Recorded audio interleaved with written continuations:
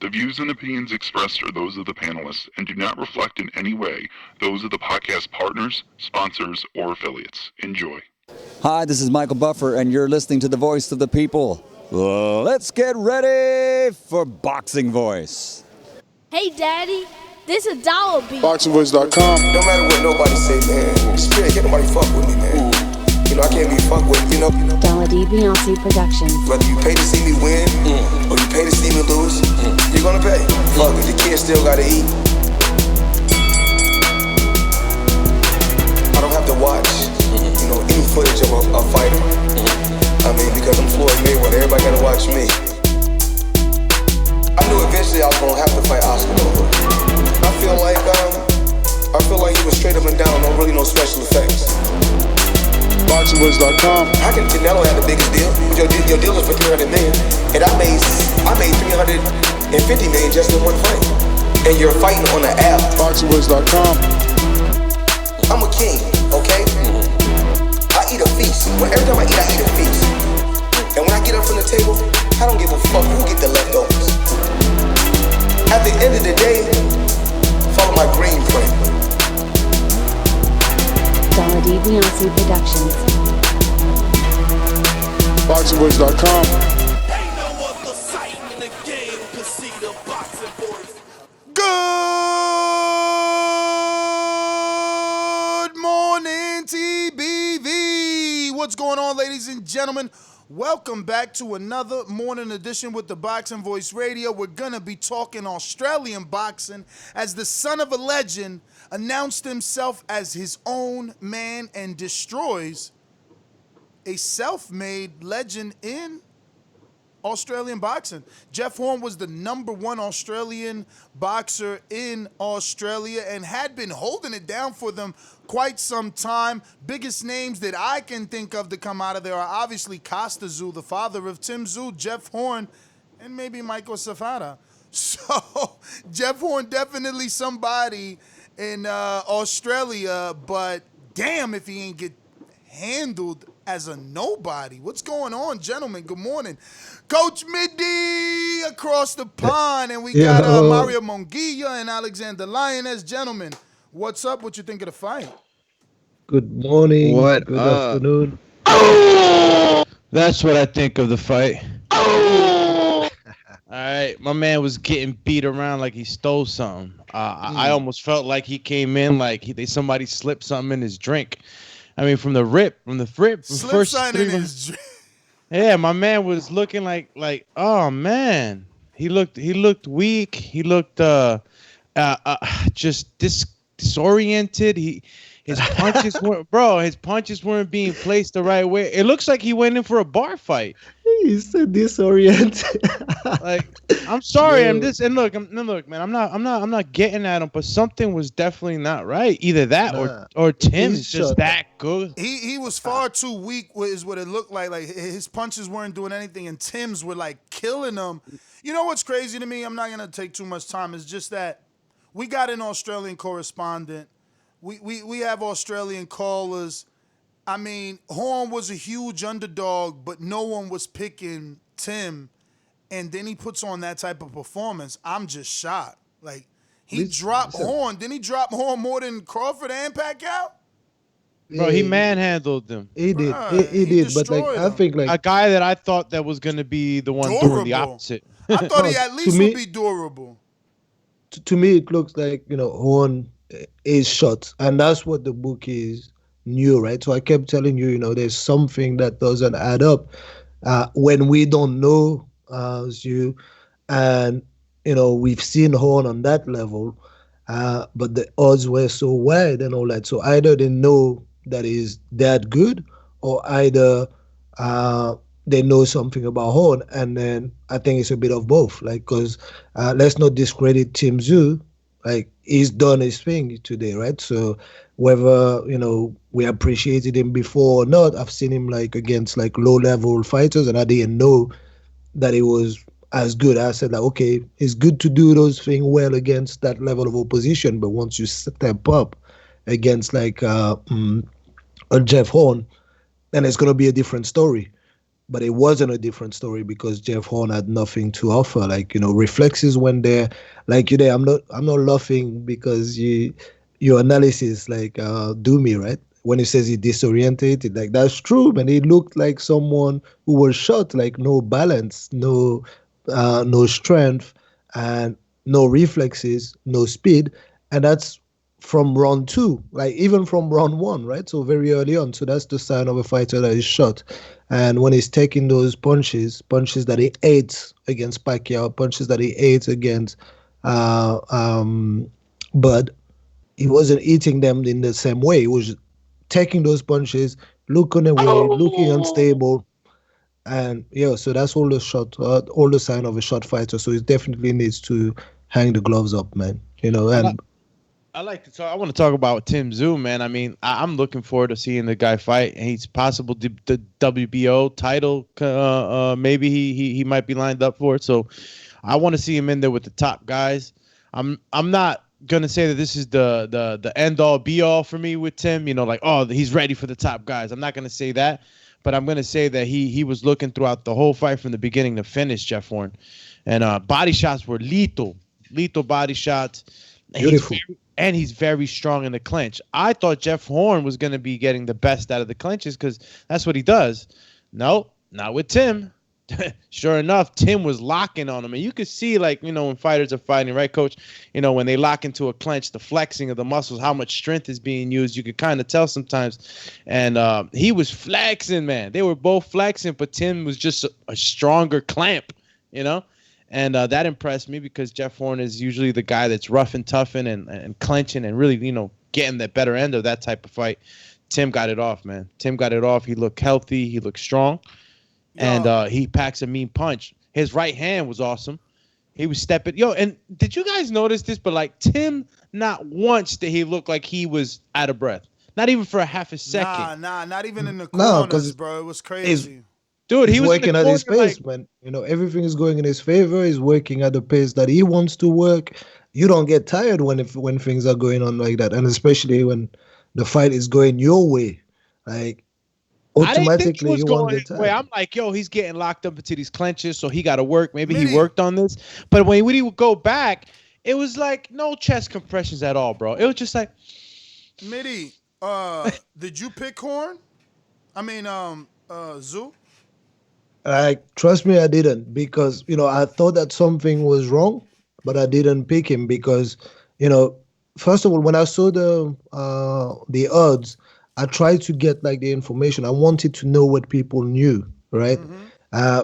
And then I just I looked at Tim Tszyu, few of the fights, and I thought to myself, even a substandard, not an optimal Jeff Horn should give him a fight. But obviously, a shot fighter is a shot fighter, and that's really what happened. What I saw, so as soon as round one started, and I saw a few things there, I knew that okay, that's done. Tim is gonna get that fight. Yeah, so I didn't pick the dude, man. It was too late to switch the picks at that point. Believe me, I checked. 100%. I don't like that you guys are using the word shot fighter. He's only lost 3 times. I'm gonna use stupid fighter. At the end of the day, listen, this dude was just not getting out of the clinch. I still haven't come to the knockout. I'm on the last round. Still haven't seen the stoppage yet. But every single time they would go to the clinch, Jeff Horn was just mangled. He was absolutely bullied. But he kept going to the clinch. At what point in your corner but that was exhaustion. That was exhaustion. Listen, if you're tired, absolutely. You want to clinch to kill the action. Absolutely. Yeah, but then test Tim Tszyu in another way, because guess what? There's still a lot from Tim Tszyu that we didn't see. Listen, he can beat a guy that's going to lay there and get beat. We've seen that. And I definitely, there's some special stuff about his ability. He's a lot quicker than I thought. He has a lot better, well, I wouldn't say foot movement, but he works better, right? He just worked overall better. And those are great things, but there's still so much in terms of variety that we haven't seen. What does he do against a slickster? What does he do against the guy who's going to sharpshoot? What does he do against the guy who's going to scope him out? We have all these things that are still unanswered, and they're based off the fact that Jeff Horn came in and just shit the bed. 100% shit the bed. It was a terrible fight plan, and even then, no adjustments. It was just bad. I do want to say though, how weird was it to see fans and very few masks? Yeah. Like it. At one point, I completely forgot there was COVID. Like I was watching, I was like, "Oh Yeah. shit, COVID!" I didn't see Listen, any mask in the audience, bro. That's the first Like thing I 2 or looked 3. for. Yeah, and I didn't see any like spacing or anything. But like, Hell no. like for me, right? Yo, like, honestly, I'm sorry, Mitty. Honestly, all I could think is Bob Arum's gonna come over here. When I seen all those people, I said somebody's coming to do a fight over here. It was I told you 10,000. there'd be 16,000 people, more than 10,000. There's 16. I told you, right? And the thing is, like you told me, oh, that's a big outdoor stadium. They're gonna space out people. I said, well, you know, in my head, I was saying like, what are you talking about, spacing people out in a football stadium or whatever, right? You know, they were just there next to each other, and that's what will happen, man. Like, you know, and but like, hold on, like so. Coming back to the reference to the shot fighter, to me, I'm pretty sure, I'm almost ready to put everything down that you will not see Jeff Horn in a fight again, right? And because you know when it's your time to retire, you know when you can't get out of the punches. You know, someone who's fast enough on his feet to get away from Manny Pacquiao, someone who's fast enough to just like be evasive at times with Manny, and or at least like take the shots. When you lose all this and you're not able to impose yourself physically, that's what you call like a shot fighter. You're not able to do what you were doing before. When the punches come and it's that split second that you used to have to avoid, you're not avoiding and you eat it clean. Honestly, and when you eat it clean, you gone. Then that's what I mean. That Tszyu doesn't have like the punching power of those dudes. I can tell you that. I just believe that it's his schedule. He fought Gary Cochran, which is a top ranked fight they gave him to introduce him into the American audience after his win over Pacquiao. So you got to go from there. It's Pacquiao, Cochran, right, which is a few months later in December. Yeah. Then he fights Crawford, gets stopped. They don't have how many times he's gone down. Did he not go down in the Crawford fight? I can't remember, but it was like a one-sided beat down, and he got stopped, right? He got stopped on the ninth. He didn't go down in the Crawford fight. That's telling. Anthony Mundine, NECKS, and then Zafara lost, and Zafara again. No tune-up, and straight into Tszyu. It's a tough schedule. You know, at least we know these names. Is Cochran a world beater? No. Is Mundine fresh? No. But their name for the last, you know, even Ale Fonseca, who got him the Pacquiao fight, is a dude that fought Joan Guzman many, many years ago. So obviously not in his prime when he fought Horn, but that's 3, 6, 8 straight fights. I think, unlike Mitty, who said, you know, he'd probably be gone, I could agree with you on that, but I say, like, if maybe his trainer, who really loves boxing and doesn't have any other fighters, convince him to stay in, you know, they need to do like 3 tune-ups. Restart completely. His trainer who wanted him to go out again for 1 minute. Like those dudes were wilding in this corner, like you say, man. They were crazy, bro. Yeah, like, they wanted to send him down to get killed, bro. They said, "Do you have that one punch in you?" He said he hasn't had that one punch like since round 2. Like he said, "You got 1 more minute? You got 1 more minute? You want to go out there for 1 more minute, bro?" Like, do you see that your man's head is getting knocked on? Like, was it finished? It was finished, bro. Yeah. Like, oh yeah. You know, we got to talk about the scandal of the cornerman in the ring, or rather, in the as a ref. It was a lot of weird stuff. Like Finich was an announcer. Yeah. Someone else was an announcer. Then. The judge former cornerman was a former Costa Zoo judge, or a judge was a former Costa Zoo judge cornerman. was training. Yeah, the facility. I think where we should have spoken about that before, because that would have been interesting. But now that, you know, my man just put like a beat down from round 1 to 8, it's really irrelevant, right? So there's no need for judges, no need for nothing, right? I think it's relevant. Ass kicking. I think it's relevant in a yes and no type of way. Like, did all the speculation and, I guess anarchy they were trying to cause before the fight work? No. Was it needed? No. But it was still there.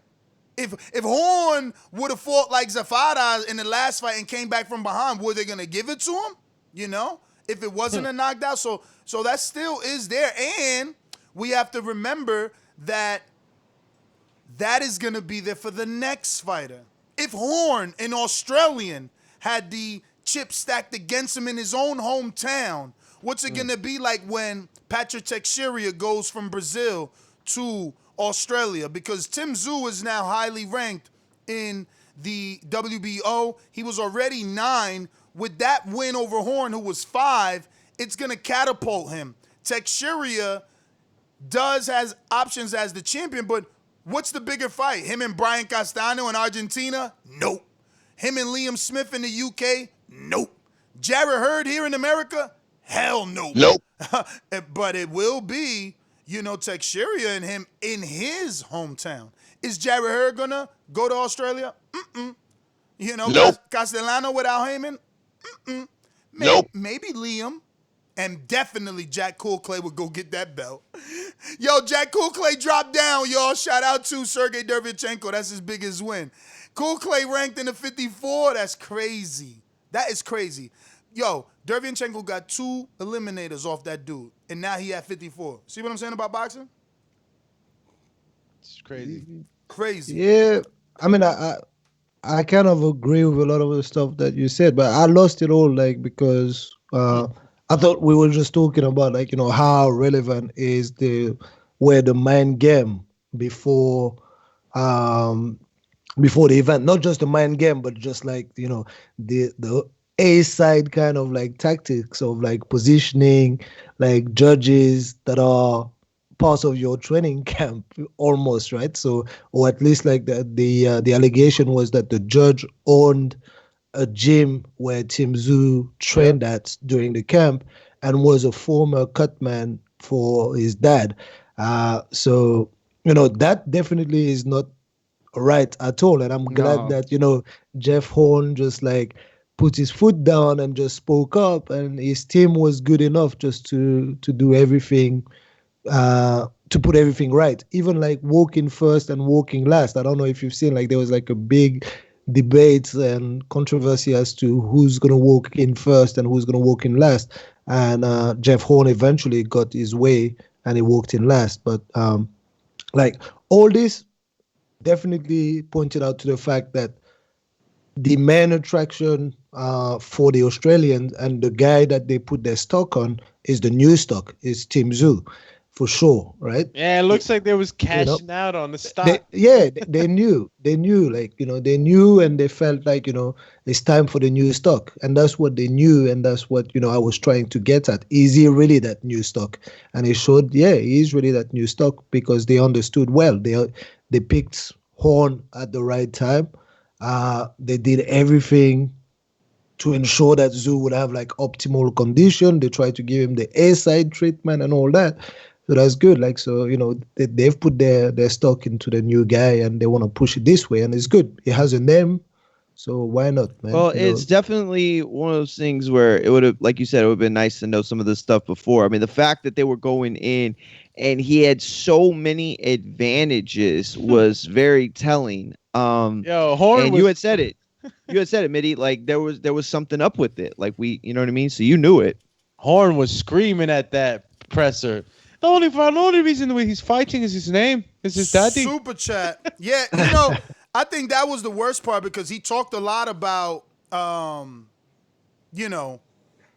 not really. Tszyu not being here other than his dad's name. So Tszyu at the end, I really like what he said, and I gained a lot of respect for him. Not because he did anything respectful, but because he's demanding his respect. He's like, it's Tim now, no longer the son. And I'm like, yeah, champ, get about that shadow. I'm sure that he's had to deal with that his whole life, throughout just his like life, Chavez, his whole life. Yeah, everyone who has a dad that is so influential in the sports, you're gonna live in their shadow. And I mean, that's the right thing. Once you arrive on that stage, you have to do what he said. Like, hey, forget like the son. I'm not the son. My name is Tim. Shinobi. Go for it, Shinobi. TJ on the super chat says, haven't heard anything about NECKS versus Castano. WB, I'm assuming he meant O. Tszyu, he's talking. Yeah. Yeah, Tszyu. Haven't heard anything about Tszyu versus Castano. WBO. Yeah, they were supposed to be in a fight, but it never happened. Well, they had a bid. When was it? It was a while back, and it just never got made. Dillian White's trainer is here. He keeps messaging me, but I cannot add him. And I told him just to call me so I can add him that way, because it's just not working. Grab a drink. Go ahead. By Xavier Miller. That's pretty cool. We're gonna have Coach Did Miller. you say Javier Miller? Where the hell you get a J from? I mean, in Spanish, they pronounce Xavier. Yo, he said in Spanish. In Spanish, the Javier is Javier in Spanish. He's got his like translator hat on, man. That's sometimes they get like, I get short circuited and shit. No, it's Xavier, right? Xavier. Xavier in French. See, look at that. French, Xavier in Spanish. What we do know is that this is the coach of Mr. Dillian White in preparation for this fight that he just recently had. Fortunately, Mr. White, I'm excited about punch it. from the gods, like the telecast I ain't gonna lie. I wanted to have him on like before the fight. Unfortunately, I think he couldn't make it. Probably busy schedule and all that. But now we get him after the fight. I would have wanted to have him under different circumstances. But hey, man, what happened, man. You rather get him off a win, celebrate it? What the fuck? Of course, because also, like I told you before, like for me again, like we talk about new stock, right? For me, it's the new stock, it's the new blood into the sport. It's someone who had an opportunity to shine and someone who loves the sport, obviously, dedicated to the sport. So I just wanted to celebrate him, man. Just like, but hopefully let's go, champ. You feel me? Man. And I mean, have you ever met him in person, Coach Mitty, by any chance? No, never actually, never. So I'm excited. He's actually from North London, I think. Like, so we'll get to find out. But seeing him like hang out with people like Chris Congo, for example, or even like the Cutsman from Brixton and Miguel's gym, like Michael Magic Hand. So, but I've never got to meet him personally. Well, he's on now. God, Mr. Miller, how's it going, champ? I'm over here in the back end still trying to figure out how could I get you on. We just need you to turn that camera on, Xavier. But I want to thank you, obviously, first and foremost, for giving us the opportunity to talk some boxing, man, and talk to you. I know, first and foremost, I know we haven't been the nicest with Dillian White. So we do appreciate you coming on and still giving us an opportunity to speak to you and about the fight. How are you? And have you figured out that camera? Yeah, it looks like on my end the camera seems okay, so I'm not sure why it's not. It's good now. I think it's good now. I can see him. Okay, good. All right. So how are you, X? How are you lot? How are you lot doing? Oh, we're good, man. We're, like I said, happy to have you and talk some boxing. Yeah, well, you contacted me at the right time, because if you called me like Saturday night or Sunday morning, I might have been cursing. Oh man, I hear you. I hear you. It was definitely a setback, to say the least, but it is boxing, and it's heavyweight boxing. I think that I've turned over a new leaf. Like, this was my opportunity to kind of kick Dillian White while he was down. Everybody knows I'm a Wilder fan, but I didn't do that. I feel like two top fighters get in there, especially top 5. We should be congratulating them, because we're desperately asking for fighters to fight each other. Then when they fight each other, if a guy takes a loss, it's like, oh, he was exposed. Oh, he wasn't good. He was trash. And it's like, you asked them to fight the top 5. How can you discredit him for losing to the top? So, we're just, I guess I want to say that he still performed very well. 2 knockdowns. I mean, he just got caught with a heavyweight shot that he couldn't see. Yeah, I mean, it was. Listen, it was as much a shock to me as everybody because Dillian was doing what we were doing in camp. He was really good behind his jab. He was going down to the body. I said when we come in close, have a nice tight high guard. Dillian was doing what he's supposed to be doing, and then on top of that, you drop Povetkin twice. There's no way in the world anybody on our end is thinking we've got a problem here. We're thinking we're way on top, and we just keep doing what we're doing. And I didn't see Povetkin lasting maybe another round and a half. To be honest with you, he looked, he was looking tired, and the shots were affecting him, not just dropping him, but you can tell they were affecting him. So honestly, I'm in the same boat as everybody else. I'm like, what the hell just happened? Before you jump in, Mitty, I just want to ask you, like, how are you emotionally and Dillian, right? Because, a lot was made about Dillian going to Portugal, spending 5 months for this camp. He called it maximum violence. Then he comes in, he's lower in weight than he was with Rivas. So everyone's like, wow, this is the best Dillian. So maybe in his mind, he thought, I trained to the best of my ability. I look in the best shape. Then he suffers this loss. So how are you helping him cope with that mentally? Yeah, you're making a good point. Like I said in our interview, there's no excuse on our end. When I say to you, we had a very good camp. Everyone is fully aware of the dates that were changing throughout that period, throughout COVID. It was happening. We were professional enough to deal with it. The original date was like May 4th, but Dillian stayed professional. He maintained his weight. We had a lot of time to control this weight. So there's no hearing stories about crash weight and stuff, but how do you crash weight in 5 months? It's just like with the camp, it was a proper camp. We had good sparring partners. The guys came over. They were there for the whole period of sparring. We had good heavyweights. We had good guys for speed, a couple of cruiserweights. Listen, the camp couldn't have gone any better.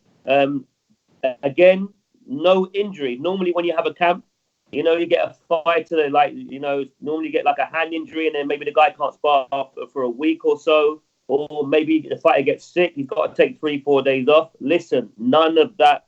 When I say to you, the camp was so good, that we were doing everything that we're supposed to be doing. And it's on the fight night, like I haven't had a chance to watch it back because it's just been too crazy.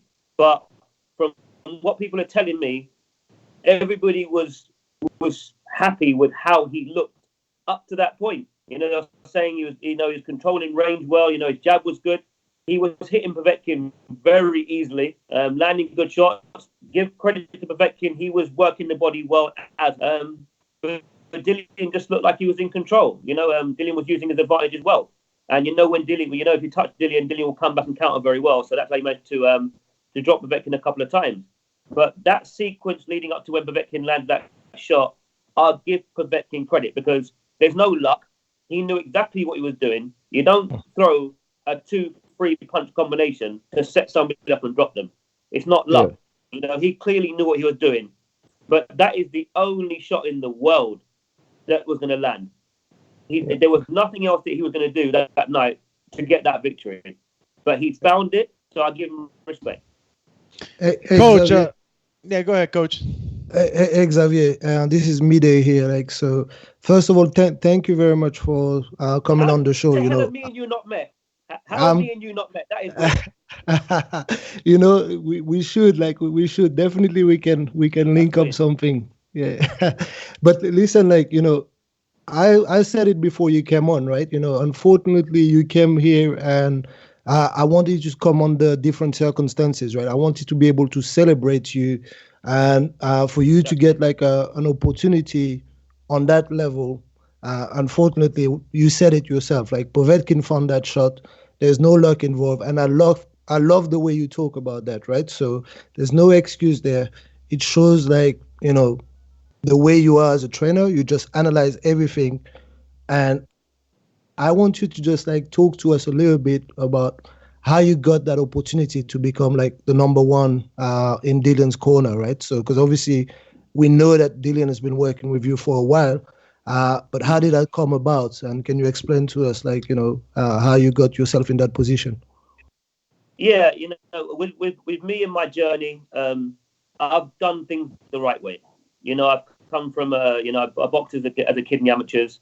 I lost my coach very, very early. I was like 14, 15 years old. He died. Walked away from boxing for a while, came back, said, let me ever go to the pros. Couldn't pass the medical, so that was a nightmare. So I decided to start coaching. Started traveling, and I decided to open my own amateur boxing club, entered international tournaments, box cups, so on and so forth. I mean, you'll know about these kind of tournaments. So everyone knows me around the circuit. Then obviously I started tapping into the pros as well. Work with Don Charles. I asked him to come down to officially open my amateur boxing club because I wanted to open a gym where kids could, avoid knife crime and gun crime. So really, that's what was me opening the amateur boxing club was about. So I went to see Don and said, Don, can you come down because the local people are coming down, and I want all the kids to come and see. There's somewhere to go. You don't have to hang around the street. Don said he was honoured to come down and do it. He came down, had all the pictures taken and so on and so forth. And then from then, we kind of built a strong relationship. Don then sent his son, George Fox, down to my club to box for my club as an amateur. And then Don said to me, listen, I know how good you are. I don't have to tell you anything. You know exactly what you're doing. That's why I wanted you to work with my son. But when I've got big fights, he said, I would particularly like to have you in the corner. So I said to him, okay, no problem, great. So I'm a historian, so I know how this goes. All the big name coaches you can think of in this day and age, they've come from somewhere. They were in the corner with another experienced coach before their time came. So I was glad that Don gave me that opportunity. So I've been in the corner with Derek Chisora, Frank Buglioni, Miles Shinkman, all these kind of guys. So I've been around a long, long time. So with moving on to Dillian, Dillian came to see me, came to my gym because I know his brother, and he wanted to do a session. We did one. He liked what he saw, and a few weeks later, he called me and said, I want you to come out to Saudi. I'm boxing WAC. I said, okay, fine, no problem. Come out. I was in the corner with Mark Tibbs, and we were just working. When we came back after that fight, he wanted to continue working. His head trainer Mark was coming to my gym as well, and they were working at another gym at Monster. So we were just working together, and everything was fine. Then Dillian decided to go and move to Portugal. So a lot of people don't understand. They think he just had a training camp in Portugal. He lives in Portugal. So he's moved out there. So that's why he called me and said to me, just before COVID, the whole madness, I need you out here because I'm going to prepare for a fight. So, the whole team went out there, very professional, had his strength and conditioning coaches, so on and so forth. And then, while we're there, Dillian and Mark split. So, that's really the story. So then Dillian, came to me and said, listen, I'd like to be my head coach. And that was it. There's nothing more to it than that. I said to him, that's fine. I just said that, obviously night of the fight, it would be good to have, because again, I'm watching Holyfield and he's got the Duvers and, he's got Georgie Bates in the corner. These are experienced heads in the corner, so I said it would be good to have another guy, so we've got at least got a second coach. So we've got some experience in the corner. So that's why we got hold of Dave Colwell. So that's why Dave Colwell was there on the night in the corner. But like I said again, we had a great camp, we had a great corner, and up until that shot, it was a good performance. So that's the story. Yeah. So if I can, because you just spoke about the Caldwell situation, I'm sure you're getting loads of questions on this, right? Before the fight, actually, my view was that it shows maturity, and it shows you decided to put the ego aside, right? To say, what, I'm going to bring someone else out of another set of eyes. But now that the fight happened, and obviously a lot of people picked on the different voices in the corner and all that. So can you tell us your perspective on how he actually went down in the corner, not having the extra set of eyes, but having the different communication, different voices, shouting instruction at Dillian. Yeah. What is your view on that? That's an easy question to answer, because if things end up the way they're supposed to, no one would even ask that question. It's only because now because we've lost the fight. Now there's all these things coming out. Did Dillian lose weight the right way? Was there problems in camp? Was it the corner? So of course I'm going to be asked this question. If me up at this level now, these are the kind of questions that are going to come in, and I've got to deal with them, which is fine. Listen, the corner. If you go back again, I need to go and watch the fight. But what David was saying in the corner, I had absolutely no problem with it. He's an experienced guy. There's no point having a guy in the corner with you if they're not going to help out. Now, he was really helpful in the changing room. He was really helpful in the corner. We were kind of telling Dillian the same thing. It was good for him to have that voice. Intelligent fighters, they take the information they need and they do what they need to do with it. We weren't screaming two different types of instructions. Go back and watch the fight. You know, it was all sensible. You know, Dillian was doing good work on the other. No one was telling anybody to rush in or do anything crazy. It was controlled. There was never a problem with me and Dave Caldwell. And bear in mind, remember, that's the first time I actually officially met Dave Caldwell. I know of Dave Caldwell because he's been in a lot of big fights. But I've been out in Portugal for 5 months. No other coach has been out there with me. So when we get back to the UK, obviously, there's a conversation and you've got an experienced guy in the corner. To me, I've got no problem what David did. Honestly, I thought he was very helpful in the corner. You know, and Dillian was obviously listening to what I was saying, listening to what they were saying. So obviously, he was aware of what was going on. You know, and again, Dillian was very calm in the corner. Like I say, he didn't even get all that good training we did. We didn't even get a chance for it to even kick in because he was so fit. Dillian hadn't even started breathing heavily in the corner yet. You know, Dillian was actually just getting going. The pace of the fight wasn't so hot where, you know, you're going to start showing signs of wear. Dillian looked good. So again, you know, I'd rather not make any excuses. I'd rather just credit Povetkin for landing a good shot. Yeah. Thanks. Xavier, can I clarify something real quick? When y'all were in, it's Mario Munguia, by the way. Nice to meet you. Thank you for coming on. I know your voice. I listen to you guys all the time, so I know all of you. Appreciate it. So when you were in Portugal, and if this is a dumb question, you know, tell me. But when you were in Portugal, right, and you're a coach at this point, and then you get the news of the split, and Dillian comes to you, and now you're the head trainer. What, if anything, changed in the camp at that moment when you know now, okay, I have full control, this is my direction? What, if anything, changed, and what did you do differently, I guess, from that point moving forward, if anything? Yeah, it's a good question. To be honest with you, absolutely nothing. I've been working with Dillian for a year, so I know the system, how he was working. You don't start changing things when you're about to go into one of the biggest fights of your career. I've said from early, this to me was Dillian's most difficult fight because Povetkin is seasoned. I knew it was never going to be an easy fight. People are going to make all sorts of excuses about where he is at this stage in his career, but at the end of the day, he's lost to two guys, and he's a former Olympian and a former world champion. So he's levels. So you know, I didn't really have to change anything. Listen, I've been in this so long, and I've got a stable of professional fighters that I built for the amateurs. And now they're pros. They're all coming towards titles now, you know, domestic level, all of them. You know, they've been all well schooled. So I've always been the head coach. It's very strange for me to even be a second. I only did that with Don because, you know, me and Don had that relationship. But I didn't get involved in boxing from the age of 11. I'm now 47 to be second to anybody. Of course. I've done more than most of the guys that people even talk about. But I'm just not that kind of character. I've been working and grinding slowly for years. People know my name, but they don't really hear that much about me because I wanted to do things the right way. The guys that I grew up and watched, like, you know, I love Manny Stewart. I love the Kronk Gym. You know, I love that he had Tommy Hearns and he had him as an amateur and then developed him to the pros. You know, this is the kind of schooling and education that I had. You know, watching the guys like Georgie Benton, Eddie, you know, Futch. These are the guys that, you know, I've been doing all my homework, you know, like even before I even got deep into coaching. These are the kind of things that I'm watching. So, you know, I just wanted to do my job. And what I wanted to do was make sure that I was fundamentally sound in every aspect of coaching before I actually took the step up. So that's why I had guys fighting for domestic titles. You know, that's why I had guys in the amateurs fighting in tournaments. You know, it's funny. The way people talk in boxing generally is strange sometimes. You credit a boxer for having a good amateur pedigree and then turning pro.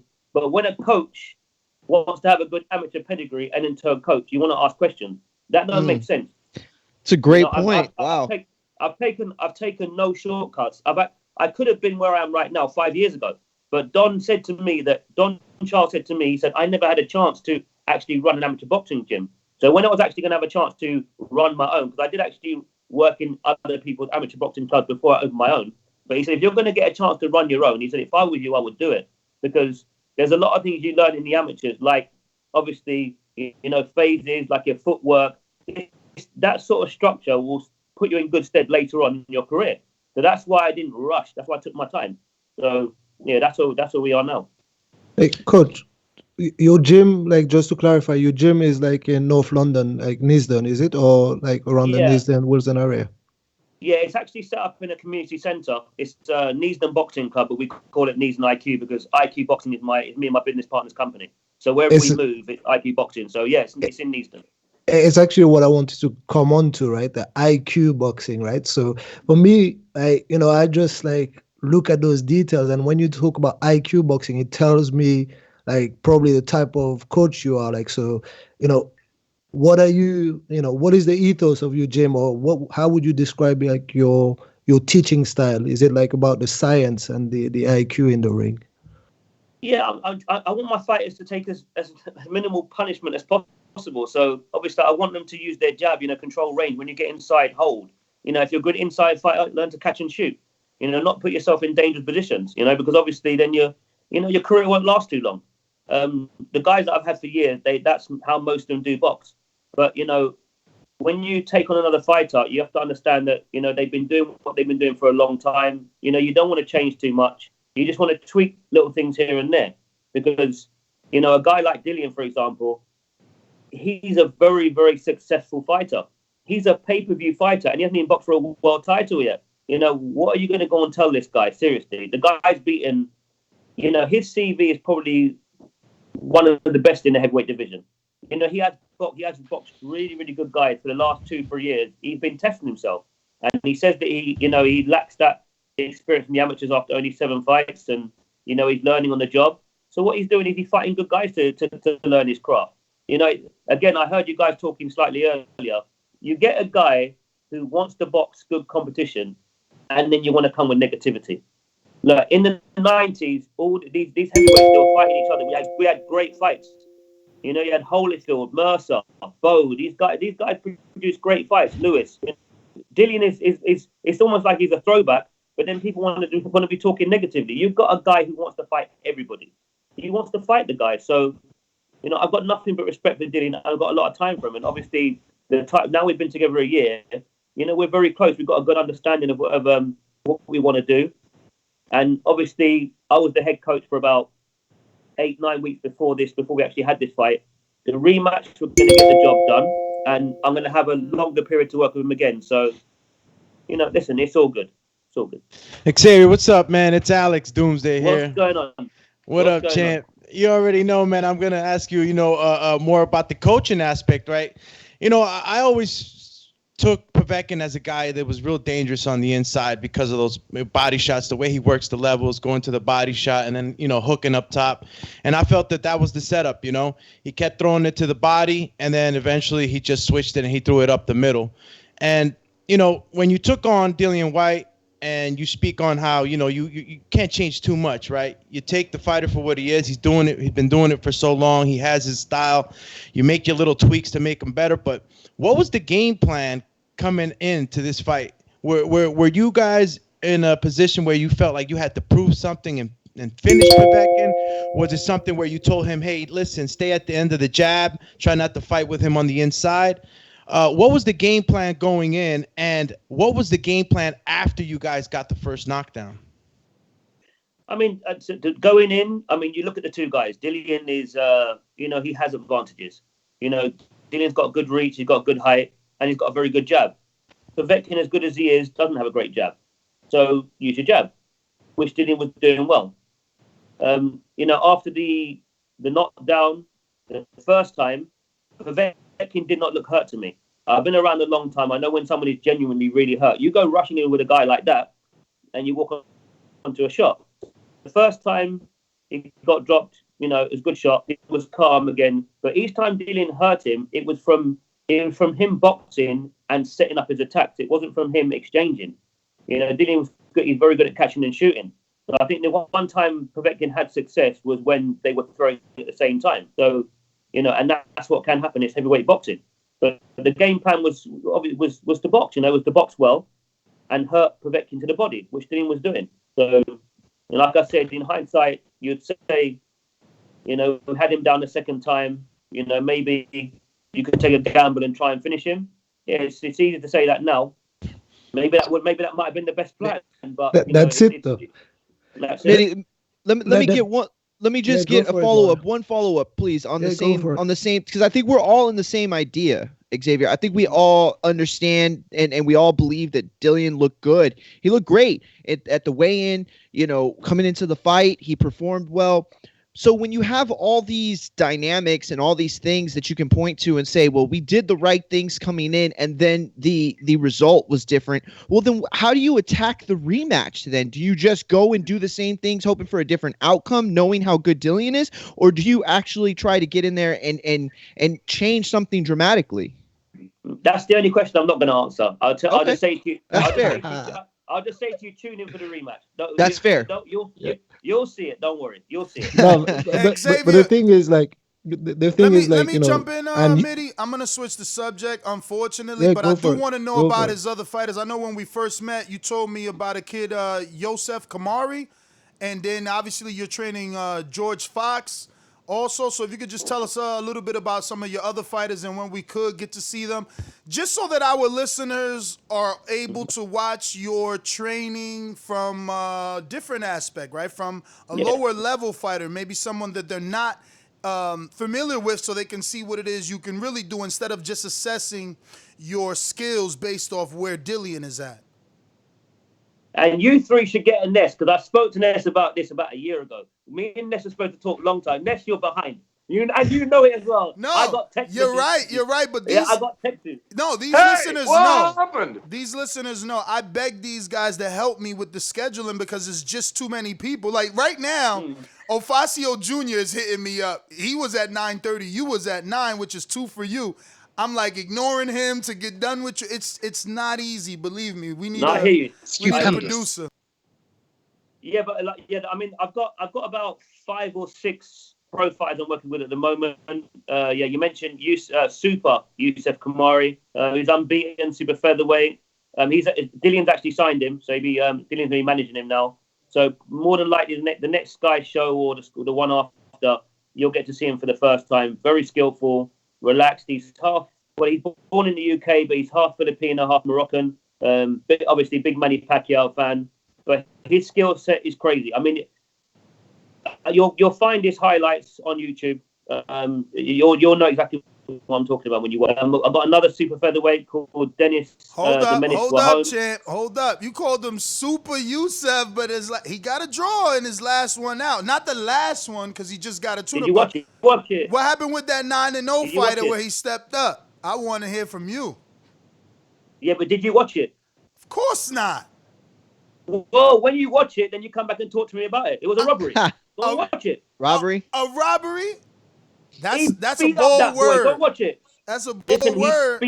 He beat up that boy. Go and watch it. Midi, when you get a chance, go and watch Yusef Kamari beat Liam Dillon. Then we'll come back and talk about him. I will. Don't worry. Man, we need to put in a petition. When I watch it, I'll let them know. Don't worry about that. Let them know.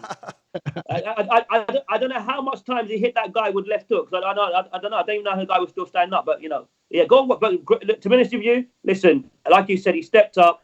The guy was very aggressive. You know that anytime you're fighting a guy that's really aggressive, comes forward the whole fight. It's not easy to contain. But Yusuf done a good job. He was fighting well off the ropes, fighting well on the inside. But Liam, the guy had success as well. But this is what happens when you get 2 undefeated guys trying to go somewhere in boxing. And that's really what I'm about. When I think a guy's at a certain level, I'll step him up. I got a good one, and I'm wondering, how do you choose to answer this, right? Like, being as though that you're the trainer of George Fox, but his father is a world-class trainer. He's trained Derek Chisora. No. You misunderstood what I said. I said George Fox was with me when I used to be an amateur coach. Oh. His dad is head trainer, and I support his dad whenever he needs me. I don't get a chance to see those guys much, but I know George very well. He's like family to me. Okay. I understood that you had him as an amateur and that his father brought him to your amateur club, and I thought you just kept him as a pro. So as a pro, he's back with Dazn. Yeah, man. Of course. If you had your son as a pro, you want to keep him, right? No, and that's exactly why I was gonna ask. Like, damn, why would I send my son to a different coach? You know, if that's my son, and I thought maybe he's seen something in you, but now he's taking him back during the pros, which would have given you an opportunity to shine. He was in the camp with Tyson Fury for the rematch with Wilder, and I heard he done very good work. So big up George Fox. He's a talent. He's a talent. So who else you have that we should be looking out for? I've got another super featherweight, Dennis the Menace Wahome. He's 7-0. He's Dennis the Menace. You got him? Dennis the Menace. Wahome. Yeah, I know who he is.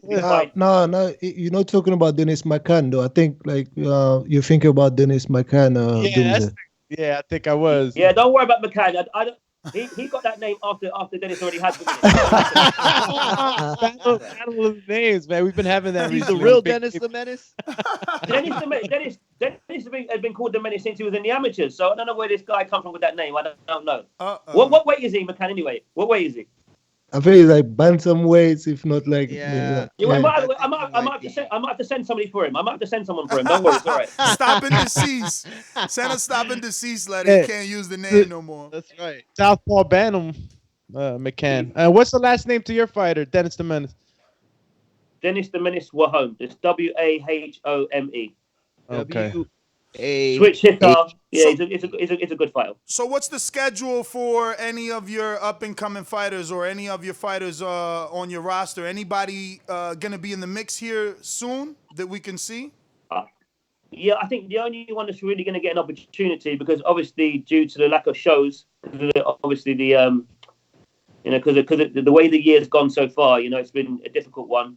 But I think because Youssef signed with Dillian, he'll get a chance to be on Matchroom. The other guys have to wait until the shows pick up again. I mean, the way where my guys are right now, I don't need to go and fling them on a show just so they can get out. I don't need to go and take those sort of gambles because I'm building them. So I prefer for them to be the A side and just stick with the promoter they're with at the moment.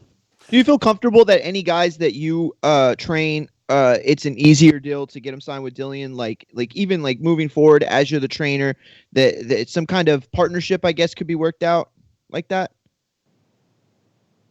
Never really thought of it that way. I mean, with Youssef, Dillian actually came to training and he was watching Youssef sparring and he asked me about him. And said, cool. Where you get that kid?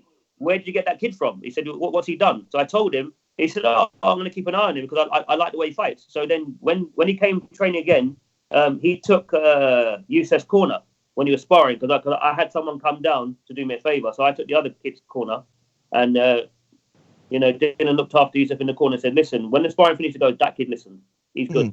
He goes, I want him. So, and that was it. Awesome. So a lot of people are kind of, I don't know what's the right word to use, but we feel like there's a conspiracy. Normally, after a knockout, especially as devastating as White, you get a 90-day suspension from the commission. They've given him a 30-day so that he can conveniently get that rematch. So I'm not asking you about the politics and how he got 30 days on a knockout. I'm asking you more about your concern for your elite-level fighter to return to the ring after a knockout in such short amount of time. Again, very good question. Very good question. Listen, you have to know your fighter. Dillian is at the highest level. He's going to have the best looking over him, watching out for him. So all the tests that he needs to get done is going to get done. I would say from the standpoint of the period, when I look at the fight, the only clean headshot to me was the shot that put him away. Throughout the fight, Dillian was defensively sound. He looked good. I saw him take maybe a jab or two, but nothing big. He really was controlling Povetkin. He didn't really, Povetkin landed some good body shots, as I said earlier. But I'm normally concerned about guys who have taken a sustained beating throughout a fight and then stop. And they're the ones that I really worry about. Yes, it's a big shot, but he's fully. He has recovered. He did an interview. This, as soon as the fight finished, he did an interview with Eddie Hearn. The next morning, you know what Dillian's like. He's a character. He's already talking about, I need that rematch. He's already in good spirits. There's no ill effects from the fight. And if there is a problem during camp, obviously I would see that and then would address it. But right now, he's in good health. It's going to be a long time till he does any sparring or anything like that. You know, we're weeks and weeks away. So it's a good question. Obviously, my fighter's health comes first, and I'll be keeping a close eye on that. So we got some questions from the people, but before I ask you that, again, like Mario said, might be a dumb question, but I want to ask, did Dillian fly you to Portugal? Because that's a long ride from the UK. No, it's not. It's a 2-hour flight. No. I know, and that's why I said, did he fly you? Because if not, driving was just like 24 absolutely. hours. And you were there for 5 months. Yeah. You were there for 5 months? I got to see my family for 3 days in the 5. I only went back home once. Oh, wow. Because that's exactly what I wanted to ask you about. Like, if you were there for 5 months, you know, I want my listeners to hear your dedication to your fighter, you know, your dedication to your career, because you knew this was an opportunity that could change not only, you know, Dillian's life, but your own life, and then the sacrifice, 5 months away from the family. God damn. You're a champ. I think it's one of the hardest things I've ever had to do. It really was.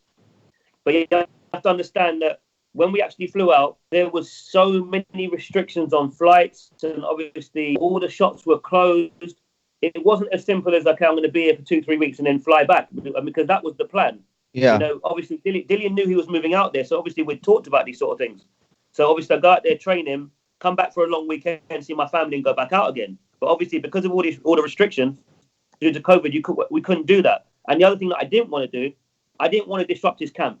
You know, we already had the fight date already changed. And credit to Dillian again. 5 months is a long time to keep yourself motivated to get ready for dates that are changing, you know, and he did a very good job doing that. Like I said to you, Dillian was in a very, very good place. He was very comfortable. You know, we had a great setup. We had everything on deck. You know, we had our own gym, and obviously due to COVID, there was nobody else in the building. It was just us. You know, he had probably the best setup you could possibly have during that period. So again, that's why I say to everybody, I don't mind being asked any questions, but I do not have any excuses about the training camp and about that fight. I don't have any, because we had exactly what we needed. Xavier, you know, a lot of people are, you telling us now that he's in great spirits. We've seen, a couple of the videos that he's put up. And I just wanted to ask, for those out there, for the casuals or even hardcores alike that feel like maybe Dillian Whyte should have an in-between fight or a tune-up fight before he goes back on this rematch. I personally feel like he should just go back into the rematch. You just said it yourself. He didn't sustain any damage and then get knocked out. It was a perfect punch that landed, and that's how I feel. I feel like he shouldn't take an in-between fight. He should take this immediate rematch and go back into it. How do you feel about that, and what do you have to tell those people that really feel like he shouldn't jump back in there? I think I'd tell the people that they should really discuss and debate whatever they want to, because they're entitled to an opinion. Everybody's entitled to an opinion. I can't tell somebody, you should think this. It's my boxer. I know what I'm going to do. We decided we want that rematch. Dillian's going to stop that guy, definitely. He will stop that guy. We were on the verge of victory. So we need to go and finish the job. We can't leave it at that. And Dillian, as a fighter, you guys have probably been following him for a long time. You know what Dillian's like. He wants smoke, and he wants that smoke now. So, we want that fight. And I don't mind. I've got no problem with anybody having their opinions on what they think he should do. Everybody's approached this sort of situation differently. Lennox Lewis wanted to get straight back in there and avenge his loss with C. Ruttman. Other guys have taken fights in between. Joshua wanted that rematch straight away with Ruiz. Listen, these guys, it's their path, it's their journey. We can have our opinions on it, but they know what they want to do. And all you can do is respect it. Definitely. We got a few questions from... Yep. Yes, just before we go there, one very quick one. What are your views on the new school of coaching versus old school? People that's taking scientific approach to coaching versus the old, tough and rugged wars in the gym and stuff like that. What can you tell us about that? Listen, I'm going to hurt a lot of people's feelings here because this is a subject that I have all the time with the guys in my gym. I'm old school, like really old school. I don't pick up a set of pads every single day and have a guy just hitting pads. That's not what I do. We work on a lot of different things. Like sometimes when you come to the gym, it's footwork. Sometimes it's bag work. And the kind of pad work that I do is very, very physical. I've got the body shield on. I only use one pad. I use one glove. It's always reactive. I don't know how much longer I'm going to be able to do that for because I'm getting older. But yeah, I'm old school. I used to watch a lot of footage of like Shane Mosley's dad. He used to carry a really heavy, almost like a medicine ball and walk Shane down. I used to use that quite often. I use a lot of old school techniques. So, a lot of guys in this day and age, all they do is just every single day on Instagram, doing pad work, how many punches I can throw, like in like 30, 40 seconds. And then when they get in the ring, I don't see these combinations. I don't see it. So it's not realistic. To me, it's a waste of a training session when you could have been doing something else. I mean, a lot of the young guys in my gym, that's all they want to do is pads. So I just say to them, go to another coach. I don't have time. When you're ready to work properly, come and see me. But that kind of work is not for me. I don't blame these guys for doing it because a lot of casual fans, they're following people because that's what they're seeing. They think that's real boxing. They think that's all there is to it. But and good luck to them because in this social media era, if you've got a lot of followers, then you're the kingpin. That's the way boxing's viewed now. So if you don't want to keep up with the times and do your work, as a boxer, you have to be active on Instagram, on all these handles, because otherwise no one's going to buy no tickets from you. You're not going to be known. So you have to learn to balance it. Make sure you're managing your social I'm glad media you understand and make sure that. you're I'm glad you understand that because so many trainers of, yesteryear and fighters, they think all I got to do is fight. All I got to do is fight. No, it's not. You're going to be an undefeated fighter that can't get a fight because all you do is fight. So I'm glad you understand that. Look, we got a bunch of questions. I don't know if you have enough time. Are you still free? I know you got a busy schedule. Yeah, run a couple more. All right. We got Ruin a 504, which is New Orleans. He says, what was said in the corners between round 4 and 5? To be honest with you, all that was said was keep doing exactly what you're doing. You're breaking him up with a jab. I mean, it was so easy to hit Povetkin with that jab. So, we're doing good work. I mean, Dillian got success off working behind his jab. The body shots were coming off the jab. He knocked Povetkin down, sticking to his boxing. Not actually just walking in and just exchanging. So that was the party line. Was just keep doing exactly what you're doing. I didn't think the guy had another round and a half left in him. He looked like he was almost done. But that's all I can really tell you. I need to actually go back and listen to what was said in the corner because I had a chance to watch the fight back. So I will do that. All right. Next one is from George Foster in the UK. He says, don't you think it's a little reckless to put White back in the ring with Povetkin as early as Eddie Hearn's targeted date in November? As far as I'm aware, it's I don't know. I'm not sure if it's actually end of November or it's December, but I kind of answered that question earlier. We, as a team, we've decided exactly what we're going to do, and we're going to go forward and take the rematch. Carlitos in the UK says, what's good, Xavier? Thought you and Dylan were doing a great job dealing with Povetkin up until that flash KO. You had time to think about what changes you may need to make ahead of the rematch? Have you had time to think about the changes that you may need to make ahead of the rematch? I don't know if you're going to release those secrets, though, right? No, I'm not going to release them. But again, listen, I've had so many messages on Instagram and so many calls saying, "Oh, he was doing great, he was boxing really well, but it counts for nothing, man, and you don't get the victory." It hurts. It's just it's something that shouldn't have happened, but it has happened, and Dillian's been mad enough to say, "You know what? We use the term good work in the gym," and he said, "Listen, it was good work. Run it back." So that's all I can say. So this one's interesting because I noticed this too. James Valdez, San Antonio says, I noticed Povetkin kept touching gloves with White before each round.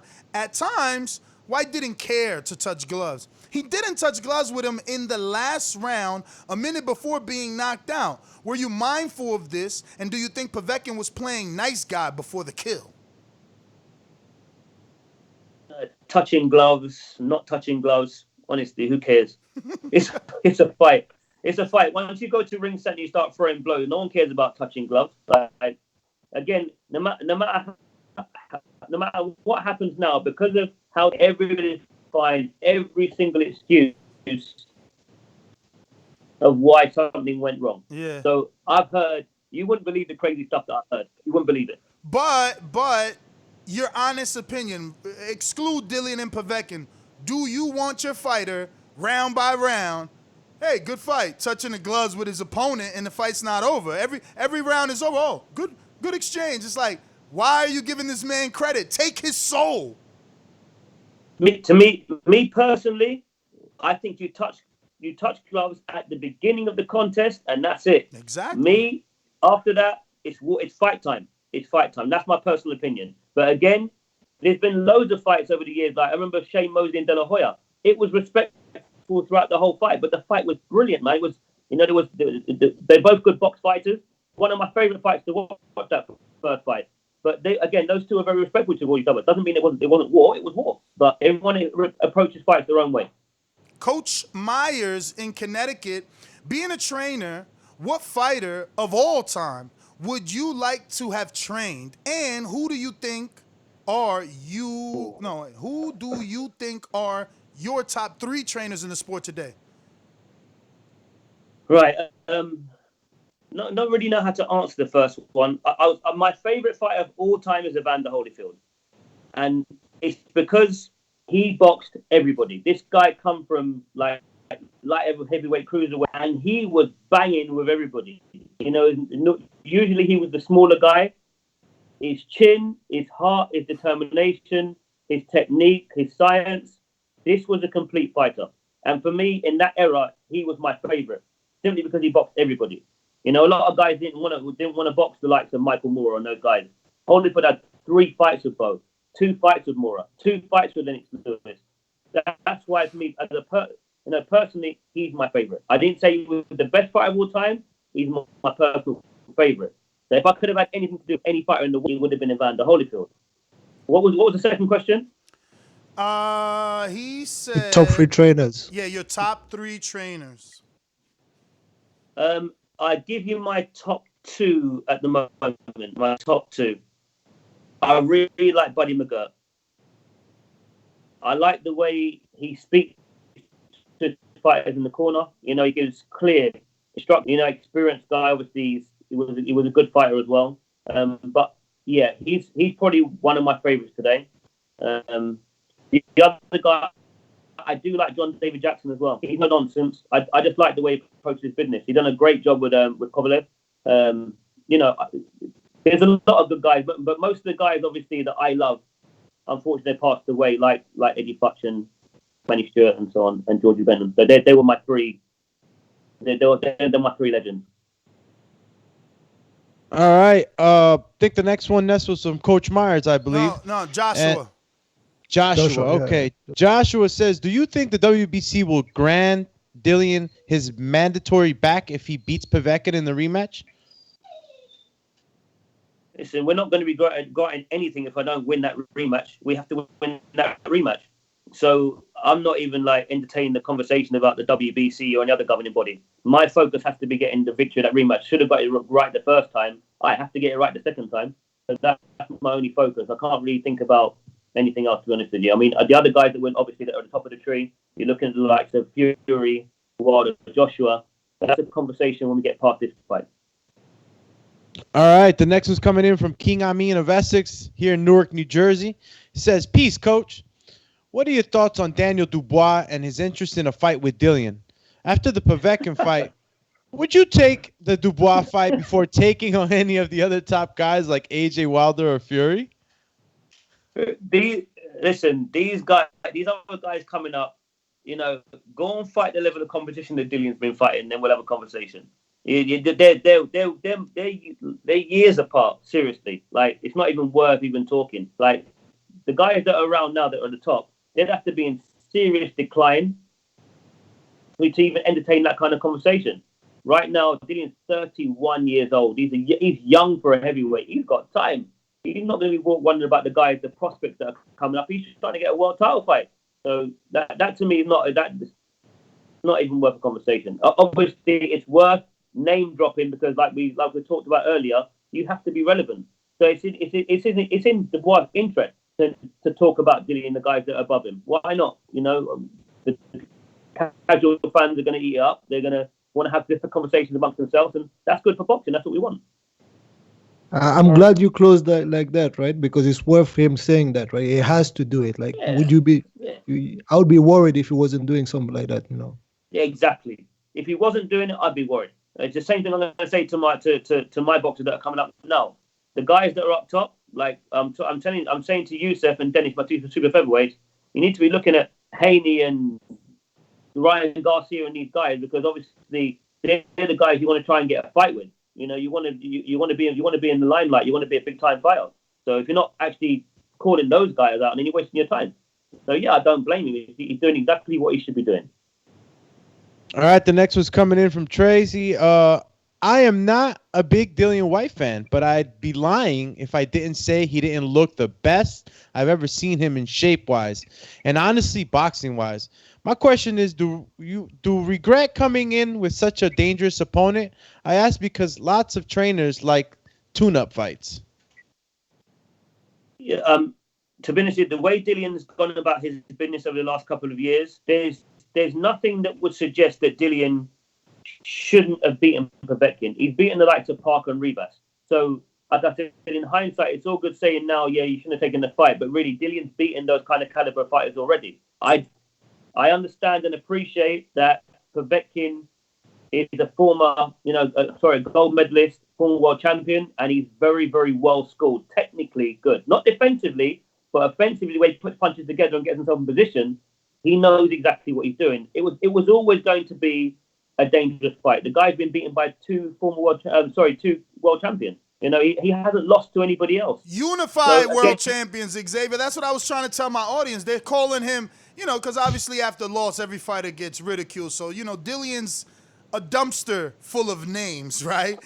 And I'm like, bro, the dude's only lost to two currently unified champs. Like, that's who Povetkin has lost to. One of whom has only lost to Klitschko and AJ, by the way. It's crazy, but I get boxing fans, man. Yeah, I just think, I honestly just don't understand why people would even, suggest anything other than he's fighting good competition. I mean, Povetkin is a good fighter. Outside those two, no one else has beaten the guy. I know, what's the last fight that Povetkin had? I was actually out in Saudi. Michael Hunter.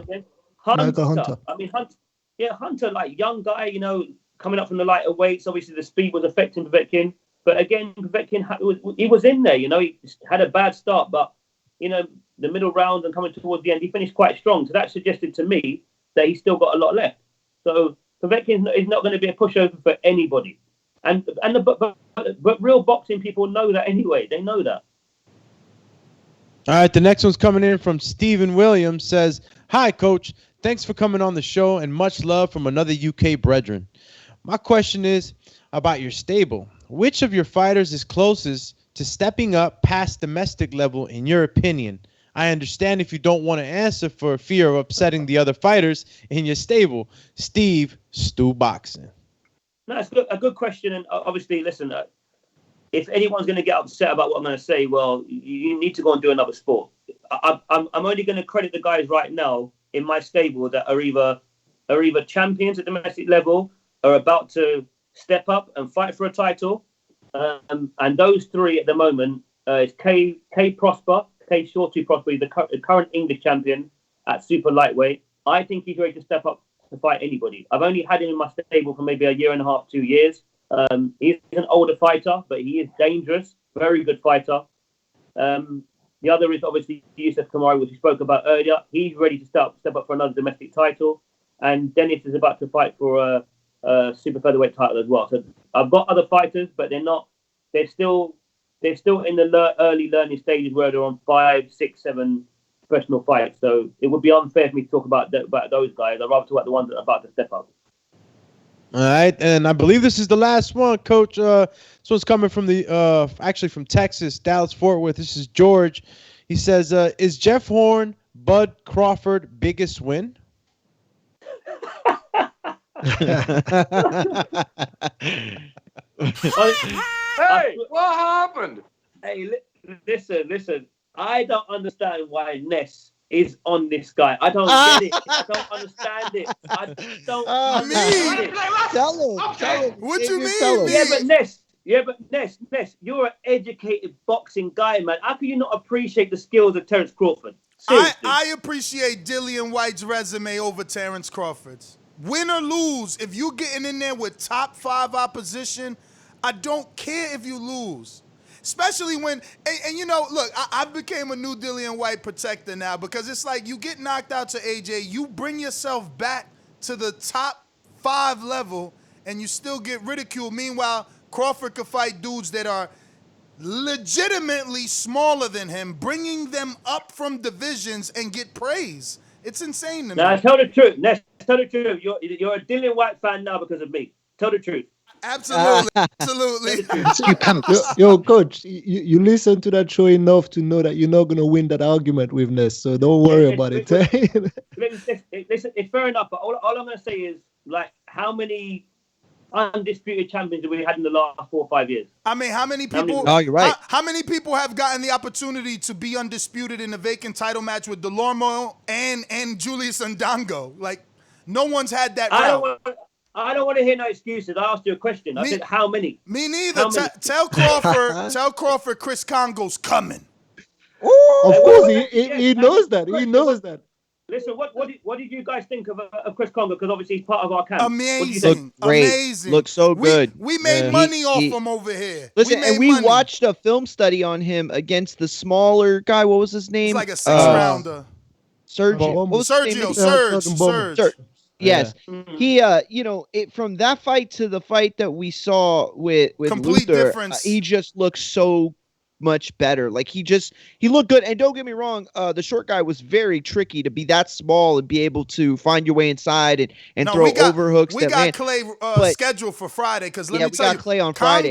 Congo won. It was a great fight. But I'm a fan of Clay. Pressure. They both came out with positives. 100%. I'm with you. I thought Clay put up a great fight because you see, with Chris Congo, I've known Chris for a long, long time, and we were expecting Chris to probably break out maybe a couple of years ago. He's had no luck, with fights being cancelled and managerial problems and so on and so forth. So, I saw Chris, obviously during the Matchroom event in the bubble. He kept saying, "It's my time, my time." I said, "Listen, it is your time.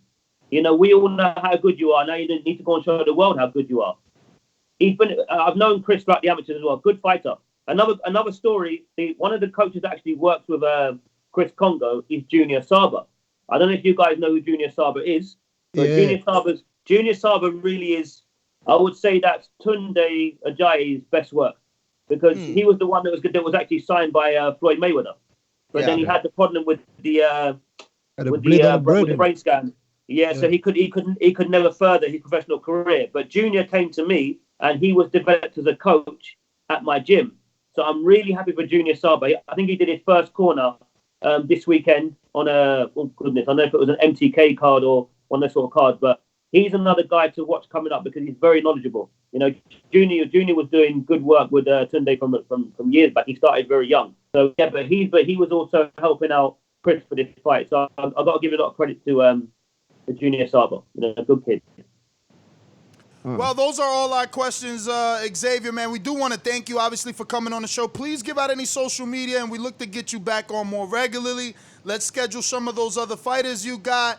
And, yeah, man, I'm going to be DMing you once Congo's across the corner from Crawford. See what happens. That double left hook. No problem. That double left hook, boy. Yeah, he can fight. Because he sparred in preparation at some point with my guy K Prosper. Okay. So I know how good Chris is, and it was good work. But if I could just quickly shout out my sponsors, because I was out in Portugal for 5 months, and these are the guys that looked after me.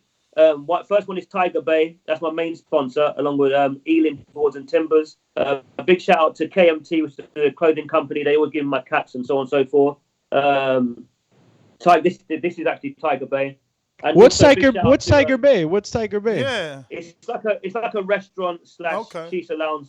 You know, these guys. They again, with all my guys coming up, they always contribute towards training costs, like for strength and conditioning, help them with ticket sales. So a big shout out to them. And lastly, Bravos is a boxing glove company. They provide all my boxing gear, my pads, and so on and so forth. Word. Shout out to them for real, man. Is Tiger Bay across London or? They ship across. Yeah. Go ahead. But one's in Kingsbury, and they've got another branch in Hanger Lane. So maybe you'll know the area. It's near Wembley. And does Bravos do they ship across? Because I'm assuming that's the UK. They do. Okay. Because I'm in the market for some 16 ounces. So if you're recommending them, I'll get them there. Yeah, it's high quality and it's a decent price. You know, they don't. You know, a lot of these other companies they're charging crazy money for this, and a lot of these guys they're made in the same factory. So you know, it's good. It's good. You're absolutely right. How do you spell that company, real quick? Bravos is Bravose. Exactly how it sounded. Awesome. Xavier, since you said you seen Congo in the gym, is his power deceiving? Because we didn't expect him to get the knockout, and then he did. Do you think that he can continue to get knockouts, or is just something we got to see? Would you peg him more of a boxer than a puncher, or could he be surprisingly a puncher? Because that's going to help him in the top. Well, you know what these tall, wiry guys can look like, man. You know, they look slim, but they got that pop, man. He's got pop. You know, if he lands clean, he'll hurt guys. Now, you know, as you saw. That's not your fighter. You just know of him, right? Well, he's also managed by Dillian. Okay, so my thing is this: he was on the show not too long ago, maybe a week before the fight. He said that he had received an offer from Jaron Ennis's team. Didn't know who Jaron was, accepted it, then they said no. Would you recommend him to take that fight now, even though he already accepted it, but now he's kind of, you know, this fight has put him out there a little bit more, and is he ready for a Jaron Ennis, or is Ennis ready for him? Because honestly, you know, I think they're on the same level in terms of competition at this moment. I mean, I guess Congo passed him with the WBA Global World Title win. I think it'd be a good idea for Chris to have one or two more fights. I think this was his breakout fight. This is his first fight on TV. It does matter when you've been boxing on small shows for a long time and you get on the big stage. You know, sometimes that can be the difference. I think him being, you know, in front of a large crowd, because obviously there's no crowd at Matchroom. I think him being at somewhere like the O2 would be great for him. Maybe one or two more, and then he's ready to go. I mean, the guy was an amateur for a long time, so he's well schooled. So yeah, I mean, when it's time for him to step up, he'll better look after himself. I know I said that was my last one, but did you have an opportunity to watch the Tszyu and Jeff Horn today? No, I haven't seen it yet. No, I haven't seen it. You know, I'll get you back on because I would really like your thoughts on his ceiling. I mean, he was. Well, I could explain. Have you ever seen a kid shit his pants? That's basically what Jeff Horn did in the ring. No, no, I'm just kidding. I'm just kidding. It wasn't that bad. Jeff tried. He got beat up. He got beat up. He tried, but it was just like, it's crazy. It is if as we've never seen Tszyu, right? Because all of a sudden he was just this completely different man bullying the quote-unquote bigger Jeff Horn. Yeah, but also Jeff Horn had in my opinion, probably the worst game plan and never made adjustment. Like, it was also about how bad Jeff Horn was in the ring. I didn't expect that. We're talking about Tszyu, legendary Tszyu, right? Well, his son. Yeah, his son. Yeah, well, that's pedigree, man. I mean, yeah. I don't really expect anything He's else. born to fight. Yeah, but Xavier, he didn't look this good in any of his last 15 fights with nobodies. Like, he was in there with nobodies. And this was, I mean, he went levels. It was also here. a different type of fight, though. I'd never seen him against somebody who came crashing in the way that Horn was doing. The way that he was lining up the right, he would just leave it then, boom. I mean, he looked really, and the body work. Amazing. The inside work was really good too. But to be fair, from what you're telling me, it looks like when there was an element of danger or he had to step up levels, yes, he turned up. He or did. Maybe Yes. that's a good sign. He did. Because maybe the other guys he was boxing didn't really offer no competition. Maybe the first time someone came with some work, he did the business. I wonder who is that, but also Horn, like, looked to me anyway, looked a bit shot, or if not battle worn at least, right? So that was one of the problems. Yeah, so Ness, credit Crawford for that, man. Crawford beat that guy up, man. Beat him up. Yeah, beat him up. That was he Zafada. softened him up. They don't look the same once Crawford's got hold of them. That was credit. Zafada. That's not true. Delorme has looked better since Crawford. Hell yeah. Yeah, but who has he boxed though since Crawford? Who's he boxed? He just fought Jamal James. Wasn't that Jamal James he fought? He lost to Jamal. He gave a really tight fight to Jesse, and I believe he should have got a rematch with Udani Ugas. He put Ugas down where Porter couldn't. Jamal, Delorme's gotten better. He's gotten better, but he's not. It's going to be difficult for him to win a world title, but he has gotten better. He'll be that guy to test Chris Congo. So basically what you're saying is that he's looking good now and Crawford beat him, so you still want to give credit?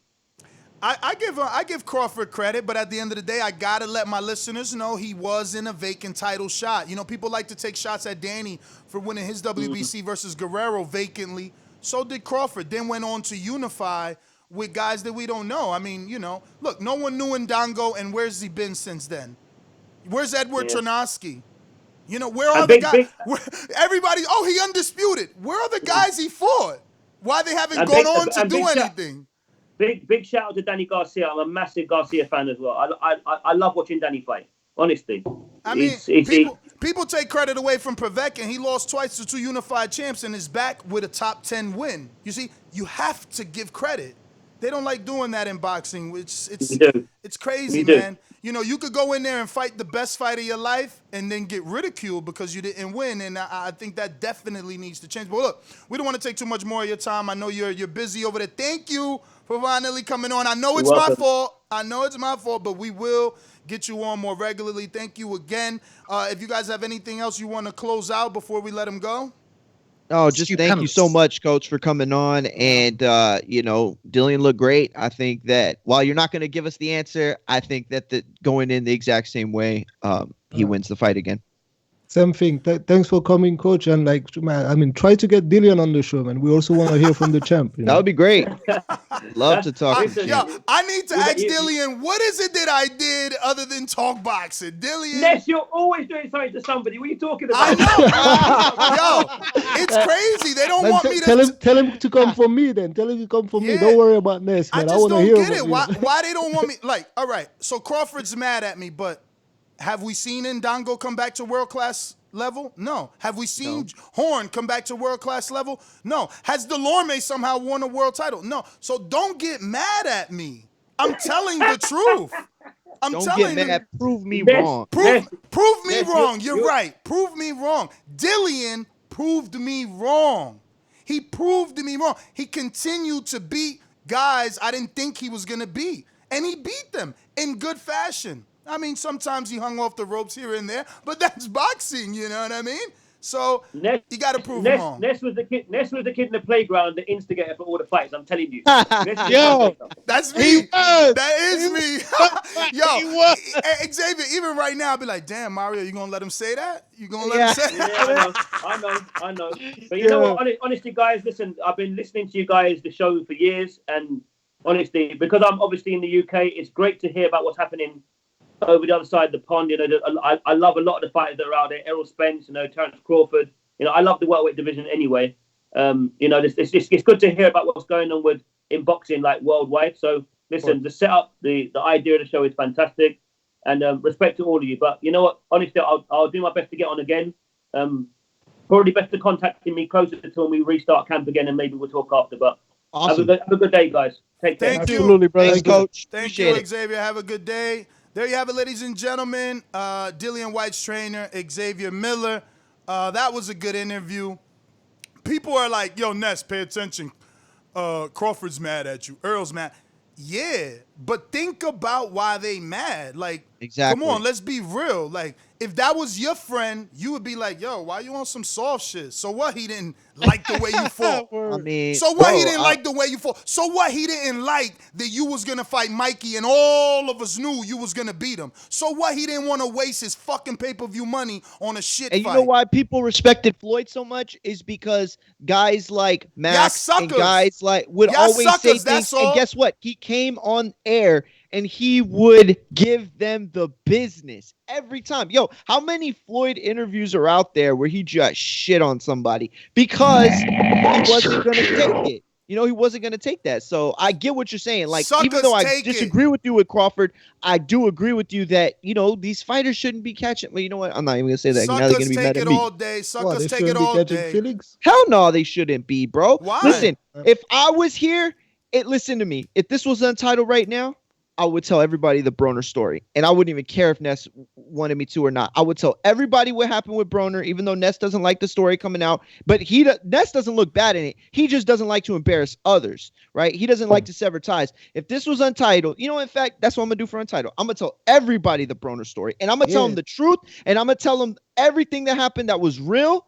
And guess what? Y'all are going to see why it's bullshit for other fighters to do that. You're going to see. I'm going to tell everybody. You know what? Get your teeth up. Broner. I just don't think that they should be catching feelings, period. Because that's part of their job also, right? So that's how you boost your image, that's how you boost your popularity. Some people love you, some people won't, but you still need to talk to them, man. Like, you know, that's all good, man. No matter what the people say.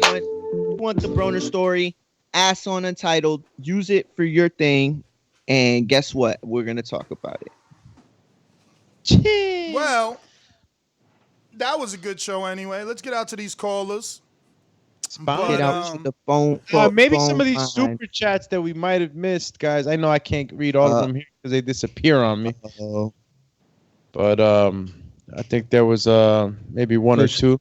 Niger Chick gives us some shout out, but I think Ness, I don't know if you read it, but he said something. Coach Mitty, we got Big Super Mex. Congrats, Tim. The new Bud matching his best win. He's calling him the new Bud. Yo, you wildin'. Actually, he beat Horn better than Bud. Trenton Jones, haven't heard anything about Teixeira versus Castaño, WBO. Coach Mitty, shout out Xavier and TBV. You guys should be ashamed of yourselves that a UK host had to show Xavier some love instead of yourself. Shame. And shame. Shame. Did you call him Professor X or something? No, I said X. I said, what's up? I said, what's up, X? I always call him X in message. That's why I ain't got time to write Xavier. Right. Yo, we trying to get to the point. X, what up? You know, it's more like historical. It's like X. Oh wait, is he named after Malcolm X? Like, is he militant? Is he religious? So you know, you give that sense of mystique on him. Mystique. Yeah, I hear you. Yeah, man. Nah, but look, it's mad fighters' feelings that get hurt, bruh. And I don't understand that. You know, first of all, who are we, right? There's people all over the world today talking about Horn. Mario said he shit the bed. Like, no, we get singled out. Oh, they said something. That's it. They cut off.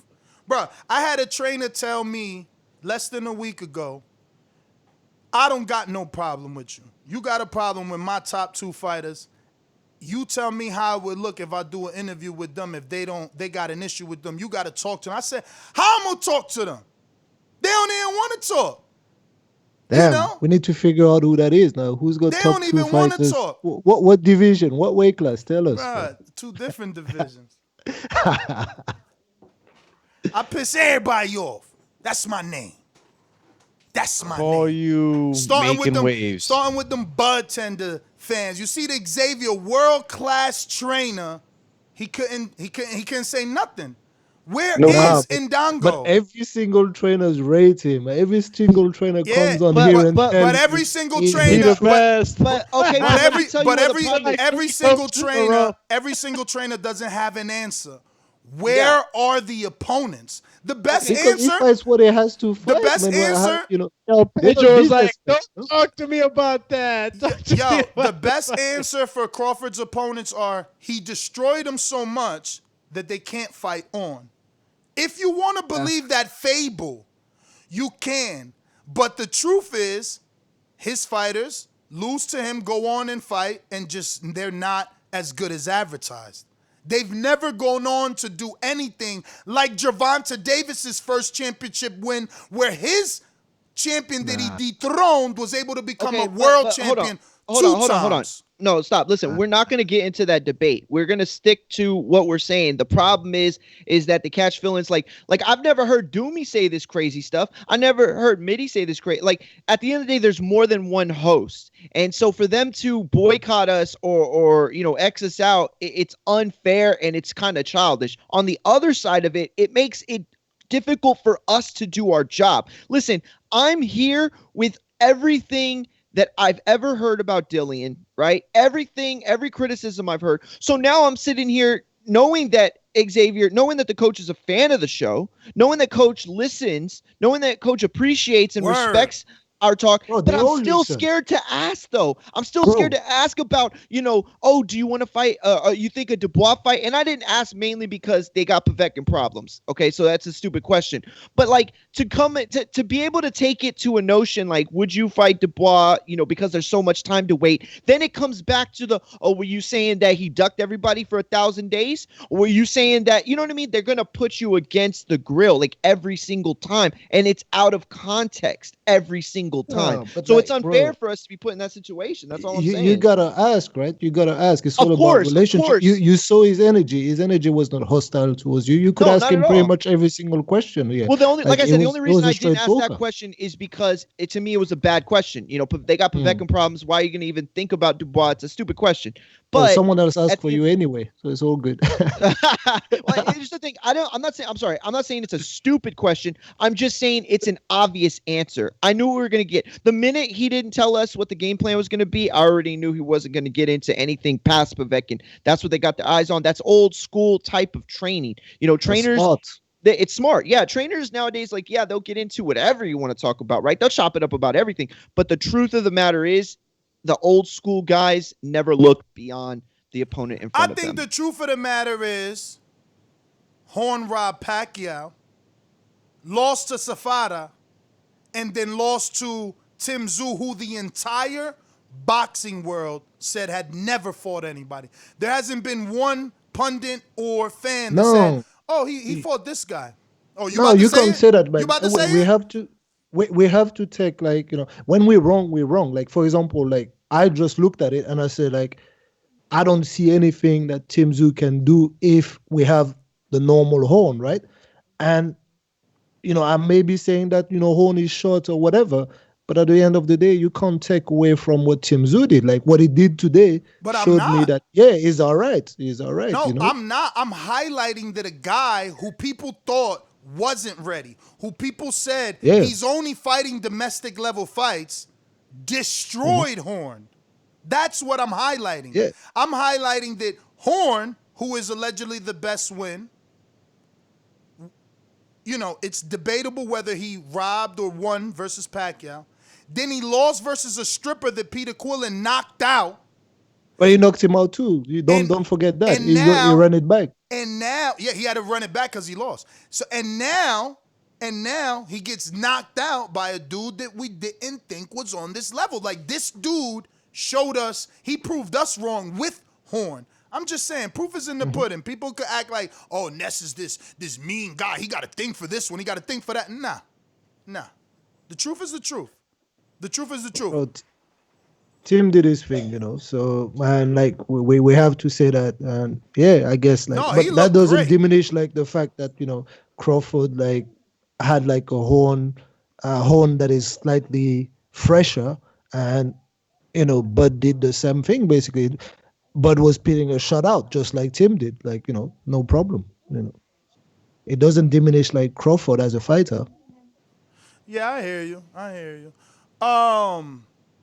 I love how the bud tender's already offended, taking personal shots. Take personal shots at your favorite fighter that doesn't do what you want him to do. That every day that you listen to a boxing show, he's got to be the butt end of a joke.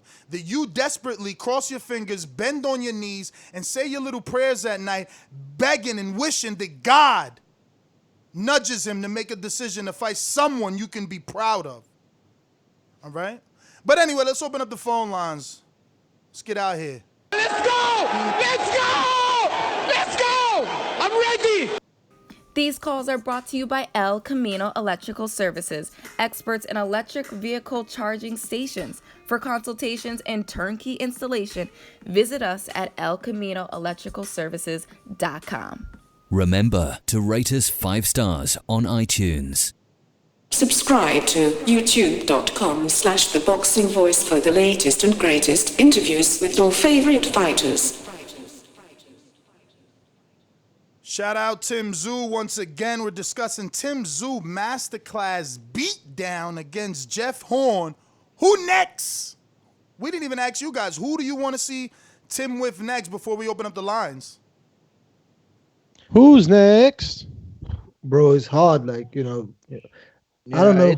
I think they have to take it slow a little bit. Like, not slow, but, they can't just go straight to the mountain top, right? So it has to go with, like, even like someone decent in the UK, right? So, like, at Ted Cheeseman, for example, would be interesting. That's 154, right? So, and that will boost his name in the UK, which is a market that is close to Australia as well, right? So not close geographically, but in terms of, the way people are thinking and all that. So, yeah. Ted Cheeseman's not bad. I definitely don't want it to be anybody within the top 10 yet. Maybe even top 15. There's some guys there. Sebastian Fundora's there. That's probably not an easy fight to get done right now, just because they're both on like a high moving, fast pace. Like they're both marketable in that kind of sense, but Mario, or they have been marketed. Remember, Jeff Horn was ranked. Let me give you the exact ranking. Oh shit, you're right. He was ranked like high in the WBO. Yeah, he was. You're right. He's ranked. Jeff Horn is ranked in the WBO 5.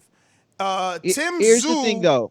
Let me just say for the context and for the listeners who are going to call in, Tim Tszyu is ranked number 9, but he beat Jeff Horn, the number 5.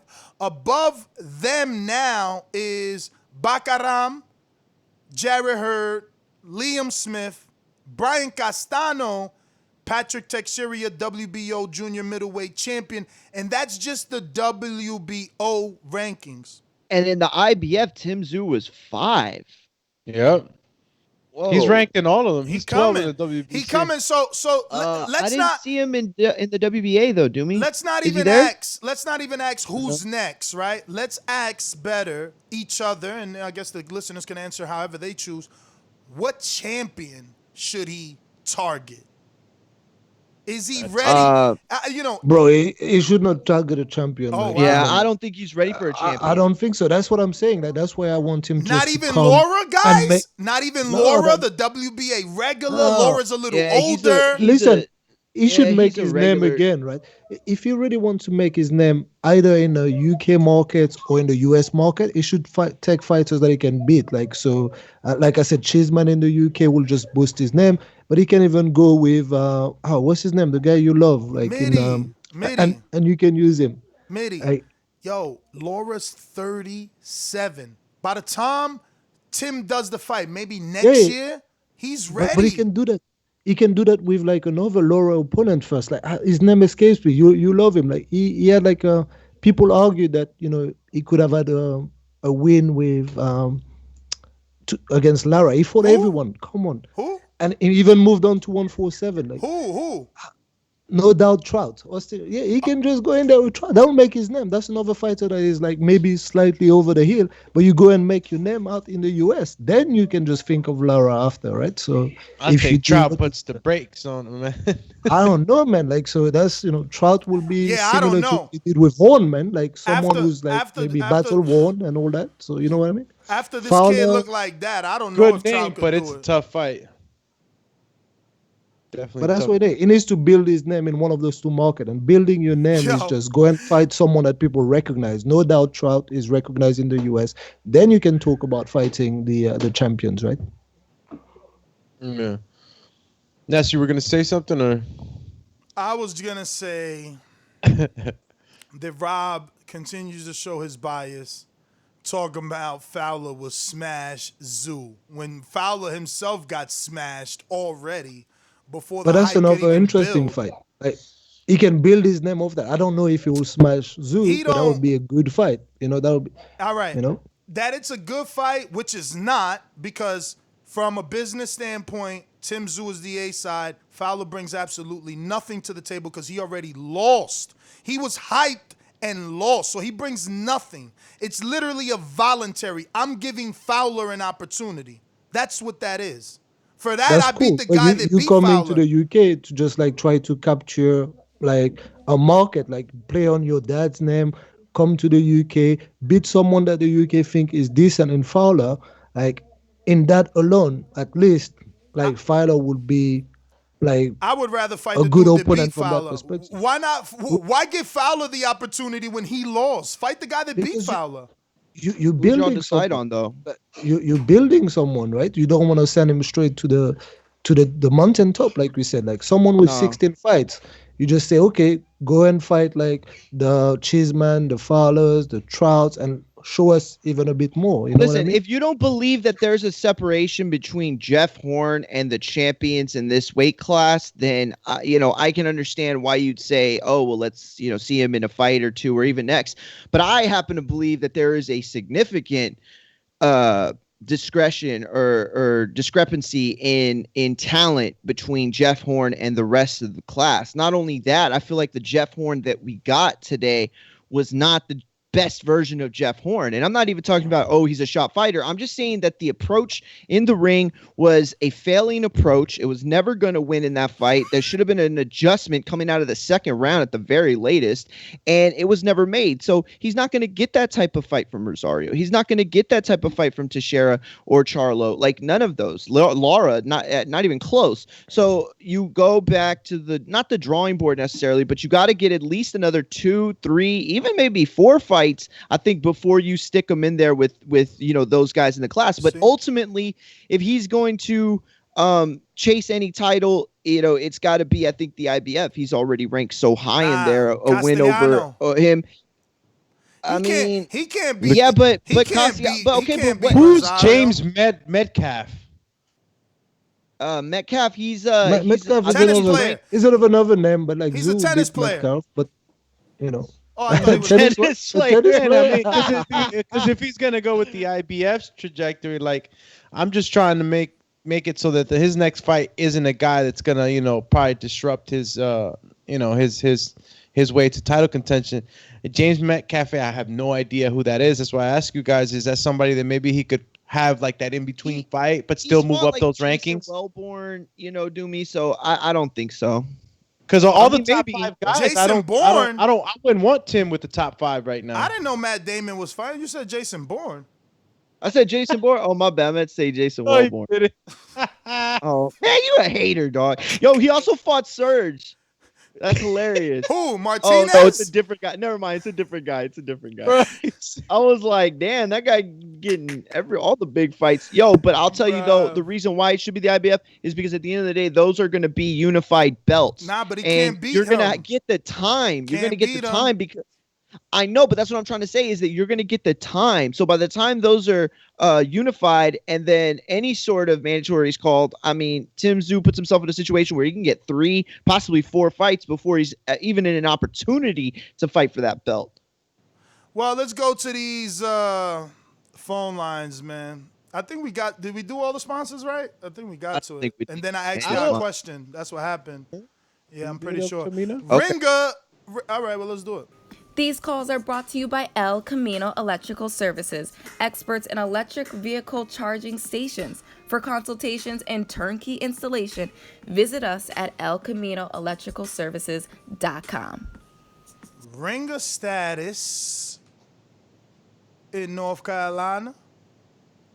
What's going on, Josh? What up, TBV? Morning. What's going on with y'all? Good interview. I wish old buddy he could have answered my question more better than talking about some we gotta win them. I said, if you win the rematch, do you think you deserve the BC shot again? But whatever. Hey, Tszyu, whatever his name is, I like to see him against J-Rock Jay Hurd or Liam Smith. I like to see that because who's the I don't like WBO Jared champion Hurd, 154. but I like Liam. Why? I think he's too much right now. Maybe he's big. Yeah. And he's also rebuilding, Yeah. so let him keep rebuilding. He needs a few tune-ups. He just fought a welterweight career, 140-pounder in Francisco Santana at 54. So let Jared Hurd rebuild. But the Liam Smith fight is winnable. Well, who the hell Jared Hurd's gonna fight next then? Not to get off subject, but who? He rebuilding, man. Let him rebuild until he say he ready. Remember, he suffered a knockout loss, and he didn't choose to go into the rematch immediately. He let those belts go, so that means he wants to rebuild. I don't think we should rush him. Yeah, and he did drop his trainer too, right? Yup, he just switched to From Shakur's trainer. He got one fight with Shakur trainer Kei Kimura. All right, that's what's up, y'all. Anything on Patreon today? What's today? Tuesday, Wednesday, Thursday. Today's Wednesday. We didn't get to do the live fight chat because Ness fell asleep. Well, today is overtime. So, I fell asleep. Today's overtime. Today's overtime. Yeah, get your. He lying, y'all. I had internet issues yesterday. He said the internet, but that was funny. Yeah. Yo. He said I he ain't said fall that asleep. the internet sung him a lullaby, put him to sleep. But yo, what time's overtime? He said he has the same internet as you, Mario. We had a little meeting. Remember one time we kind of said overtime should be directly after, but we also said we could do it for the 7. So it's really what y'all available for on Wednesday. Okay, we'll talk afterwards. Hey, you saw Blog Talk, right? Yep. Coach Myers, Boomerang, Connecticut. Hey, what's going on, fellas? What up? I think that Tszyu should fight either Liam Smith or Castano, and then eventually Teixeira with the WBO belt. But I think he should have another touches like Liam Smith, former champion. That's a good one. Do it in the UK, build his name up, and then he could go from there. Also, I got a question for Mitty. Where do you rate Xavier as far as the UK trainers, like as far as Booth and these other trainers? Where do you fit him in that? Is he at the top, mid-tier? Where do you see him at? I gotta be honest, right? This is like his first time, as far as I'm concerned, seeing him on the very, very top level. So rating him against those guys based on that alone would be difficult. But what I heard from him, and purely based on what I heard from him and what I'm hearing from other coaches, is someone who's gonna be there at the top, right? But I can't give you a rating because I won't be able to back it up with anything other than what I heard from him and like his training methods and all that thing. So I don't think that's fair to rate him just yet. He hasn't had that like very top level exposure just yet, but I'm sure he can. You know what I mean? All right, we're going to Big Brother Numsi. Hey, shout out to the Boxing Voice. Appreciate all your hard work. Thank you, brother. Hey, I know it's off. I know it's off topic a little bit, but Crawford's belt came from Horn, right? 90 seconds. He beat Horn. That's how he got that belt because he got Pacquiao's old belt. Yes. Yeah. Uh-huh. Yeah. Okay. So I'm having a problem because it looks like when they do the ranking, top 5 pound for pound, why is just Bob Arum people in there? Canelo's not number 1, which is absurd, but I don't want to even get into that. But it's Lomo and Crawford. Crawford hasn't fought anybody, and now he's trying to fight Brooks when he could have fought Danny. He could fight Porter. 60 seconds. Like, how we keep giving this dude a pass when he took a belt and he claiming he the best, but he won't fight none of the best. He could fight Keith Thurman right now. And he denied Keith Thurman the fight. Numsy, you wrong. Talk to me. You wrong, bro. Talk to me. He wants to fight everybody. They don't want to fight him. Oh man, that's not real Bob Arum. Talk to me. How is that possible if Keith Thurman sent the paperwork saying that he offered to fight and he declined? Because Keith said he wanted $10 million. That means he don't want to fight.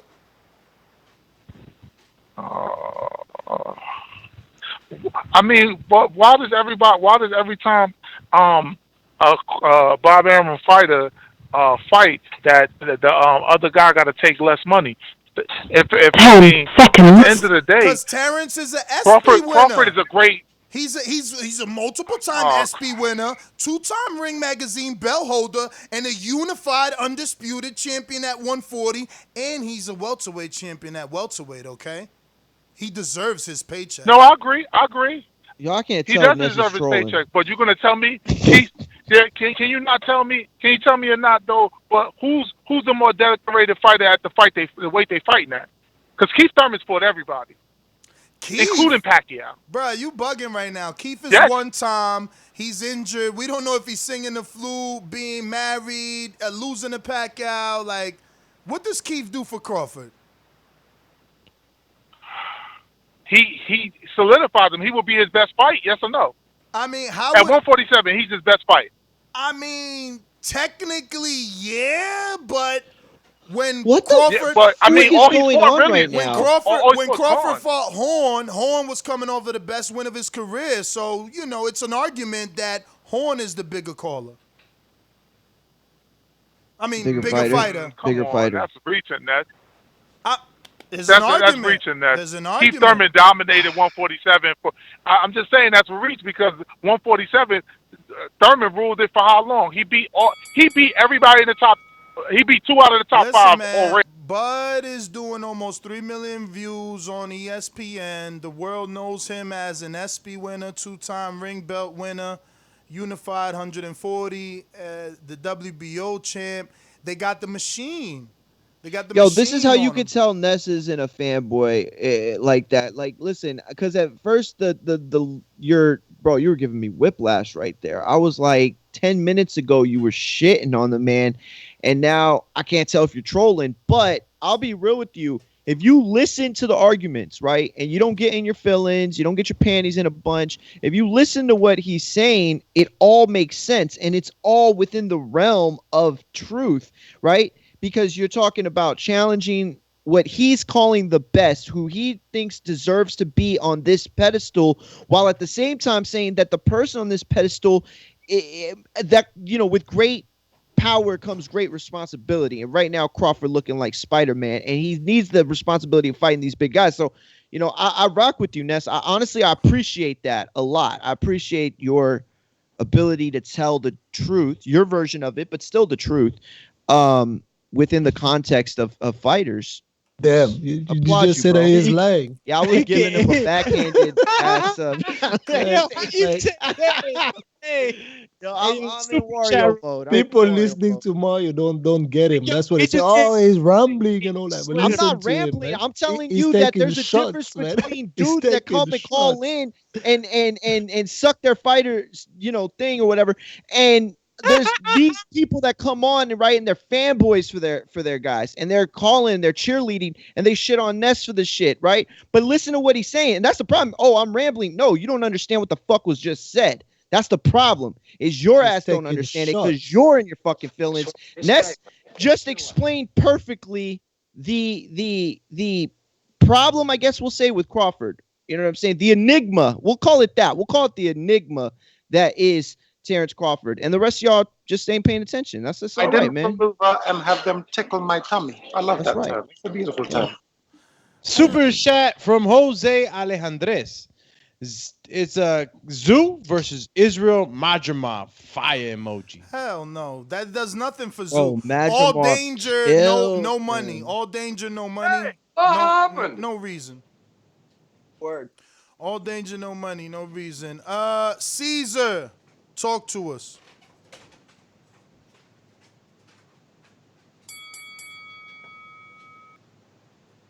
Caesar going once.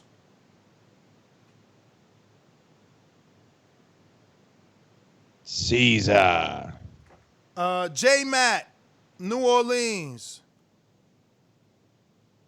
You know how these bitches is in the sport. Total disrespect. Kid has no class, no style at all. I'm a gorilla, I'm a dog. I'm a dog, I'm a gorilla. The smartest thing you can do is to stay away from terrorists. It can't be the boogeyman if I'm chasing him. You want to bet? You bet 100,000 on that. Let's bet $1 million. Easy. Let's bet $1 million.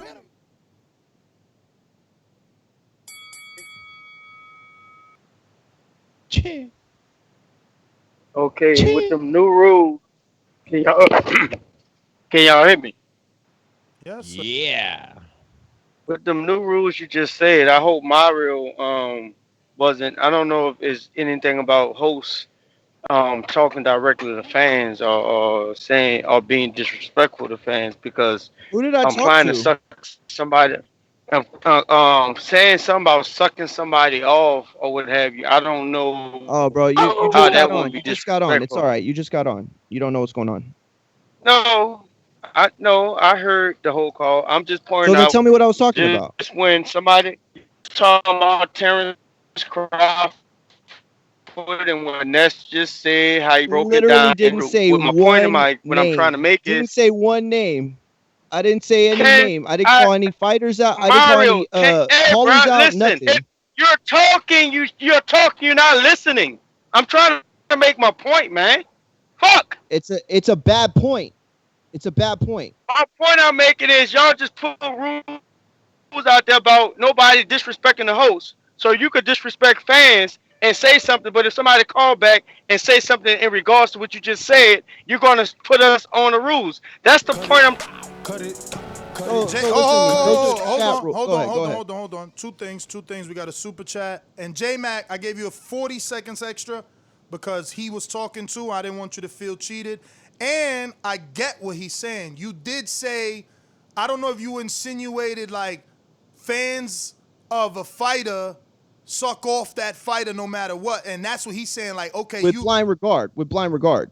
yeah, but you generalized fans that listen to your show, and then he's just being very slick. That's a good one on J-Mac. He's like, yo, you made rules which we get timed out for and we have to follow, which state one of the rules is no one in the chat can disrespect a host. So he's saying, how you gonna put that rule but then turn around and disrespect your listener and don't expect a person like himself to call in and rebuttal the disrespect. So I get you, So, J-Mac. but at the end of the day, that's not. Oh, go ahead. Go ahead. The last point is the super chat from Compa in Los Angeles. Shout out to Compa, man, long-time listener.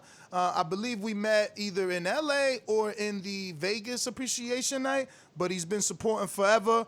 Everybody knows him as Boxing Voice is his tagline, and he says, Bud needs to give my boy Riverside Rocky a shot, which is a.k.a. Josecito Lopez. Floor is yours, Mario. That's a good fight. Listen, two things. Okay, one, that those are chat rules. You can call in and you can say, man, Mario, you full of ish, blah, blah, blah. Like, nobody's ever said that was a problem. And that's been going on. So obviously that's not a problem. Second thing is I generalized it. I'm not attacking anybody specifically. Now, if you feel like it, equates to you, that's your thing, not mine.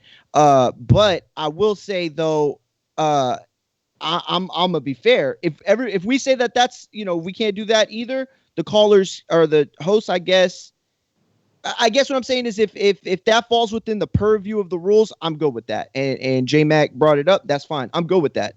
We could just move on. I'll from this point moving forward, I guess, make that a generalized rule, not just for the chat. So it's all good. We're going to my man, Davidian, Niagara Falls. Hey, what's going on? What's good, Ness? Good, Doomy, Mario. Great interviews as always. I don't know. Tim looked good though. I really like the way he, And I messaged you, Ness, on Instagram, but I gotta make sure when I pick a fight, like I seen it. Yeah, I make it known on this channel though. But nah, he did his thing though. I was kind of like, wow. From the very first round on, I was like, yeah, he about to stop this dude. So I don't know. Jeff Horn I don't know. He's getting older. Too many wars. I don't know. He just looked sloppy rushing in. But Tim did his thing, and that's who I picked. I don't know. He just reminded me of his dad. Maybe less power, but Dad was an absolute legend. So yeah, that's my call. I'm not sure who he should fight next, but maybe Tszyu or maybe somebody less. I don't know. But I like the Tszyu route, just because he isn't as proven as any other champions, but he did upset Adames, who was heavily touted by people. You're saying next for Teixeira, or just like going that? No, I don't mean next for Tszyu. I mean that direction, that title championship route. That's smart. You know, looks like we are going to. Dum dum dum. I think it is JT New Orleans. So interesting that you come across like a nice guy, but you're really a piece of shit. Hey, with that comment. Come on. No, that was a piece of fuck you. That was a piece of shit. You know, we're doing live TV. Man, I don't care. What you gonna do about it? I'll kill this mother. Why do you have to talk like that? Well, I'm talking to you the way I want to talk to you. You have a problem? Turn off your station. I'm the best ever. Yeah, what's up, y'all? Y'all gonna hear me? Yes, sir. You good? Yeah. Hey, Marius, stop getting in your feelings, okay? And stop cutting my brother off before I pull up on you, because I'm in Texas right now. Now I'm just Come through, homie. Come through. Come through. Nah, I'm at work though, y'all. I've been listening and stuff like that. You know, good interviews and all. That's all I got, y'all. Wait, hold on. You work in Texas, or you? I thought you lived in Texas. I don't live in Texas. I live in New Orleans, but I'm out here working. Out here, I found a little truck job out here. So, that's what's up. That's what's up. Where you at? South or North Texas? Now I'm in Arlington, like Fort Worth area right now. Oh shit! Yeah, you far. That's where I like to be. I land there. Yeah, man. that's a nice place. I can't believe I'm Mario. like 20-30 minutes away from my brother though. Nice. I can't that's believe what's up. Mario is 9 hours away, bro. Like I didn't even know that. In the that same truck state. existed. Yeah, it's Texas more like is 7.5. massive, It's more like Crazy. 7.5, but Yo, I remember, you know, like I was mad for a while that we didn't meet up at one fight, but then I you know, 9 hours. I'm not like that's nothing to me. See, people laughed at my question, right? And my question is realistic. Not every trainer gets flown. I'm not gonna put names out there. Yeah. I'm not gonna put names out there, but me and Doomy know numerous trainers that the fighter gets flown, right? Like for instance, Mitty, they call him for sparring, so they fly him to Portugal or they fly him to Florida. But the trainer that trains Mitty, he's not invited. He can come. He can come be with his fighter, but I'm not paying for your he's got to make his own way though. I'm not sparring you. I'm not sparring you. You're not giving me work. Mitty is. So yeah, Mitty, I'll fly you. I got a hotel room for you, and I'm paying you weekly. Your trainer wants to be there so that he can see world-class work. Get your ass there. It's true, but I think like it's because maybe you don't get like the reality out here. But like I think it would be pretty much the same cost driving than flying. You can get very cheap tickets, like return ticket to Portugal probably for £100, right? Whereas like if you're gonna drive, you're gonna have like to put like at least 2 free full tank in there. Like I don't know what, depending on what you're driving, minimum. It's like 60 quid and whatever, right? No, so, minimum 3 tanks. I checked the mileage. Yeah. So it makes no sense, and you'll be tired as hell. This is like a long I get it. But listen, You know? but you guys are not assessing everything from its full scope. We don't know how many fighters were still in camp with him. Remember, he's had his own stable before Dillian. We're talking about 5 months. He stood away from his family, so that means he also stood away from whatever other fighters couldn't make it to Portugal. So sometimes as a trainer, they rent a van, like I just told you. The heavily touted contender in Charles Conwell, who killed Patrick Day in the ring, drove 9 hours from Toledo, Ohio to Philadelphia to spar with Tony Harrison, who just happened to be going. I forgot about that. Listen, just hear me out. This just happened in 2 weeks. He just happened to be there with all his amateurs, just like Xavier, at a tournament.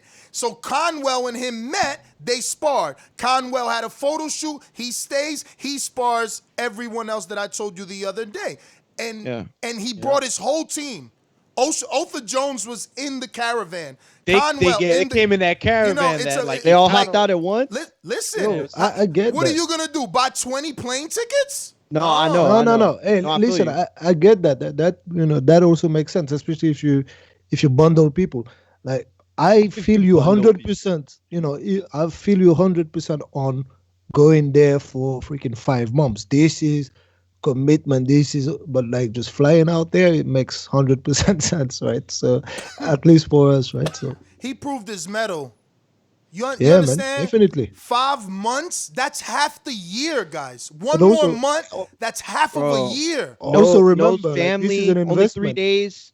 He said what he said, right? He said that he paid his due and he didn't want to just jump on like a big fighter straight away. He wanted to work with amateurs and everything. But right now, he probably feels like he's at the right time where he can jump and just like work with Dylan. So that 5 months was a sacrifice, but probably it's like calculated, right? It's gonna pay off big, and I'm It sure sounds it like he will. didn't enjoy it though. So the problem that I would have, not the problem, but the issue that I could see occurring is him getting tired of it. Like it be getting old right away. You know what I mean? Like I wasn't gonna ask him like to count his pockets or nothing, but like look at JT right here, right? He said that he was in Louisiana and he works in Dallas, right?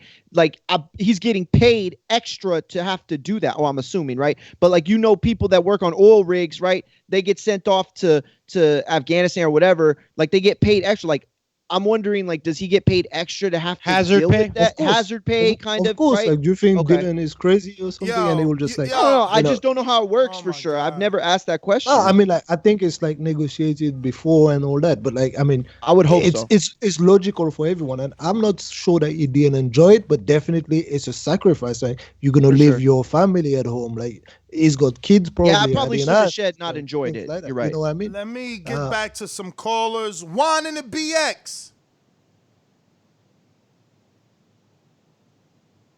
Keem in Florida. Chee. King Amin, Essex. Just like the king is what I mean. The king is what I mean. Top of the TVV morning, fellas. What up, champ? Yo, great interview, man. And listen, the insight we got, that was so cool having, somebody so close out of that camp, because remember, everything in the heavyweight division got implications. So, we still talking about it. And I brought up Dubois because I'm just thinking like all that is just depth. So I just, I love that interview this morning.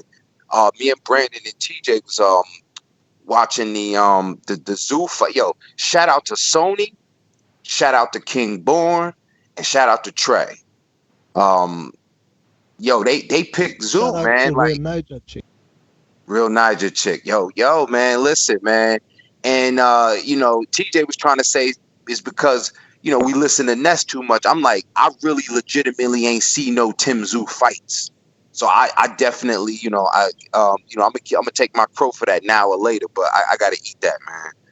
And as far as the whole, because who was it? Josh had brought up the Crawford thing, man. Like, yo, Cut it. King Born. Let's check the pre-pro. Yes, sir. When you see old dirty bastard fall in a position like that, then you know that I'm getting ready to bust your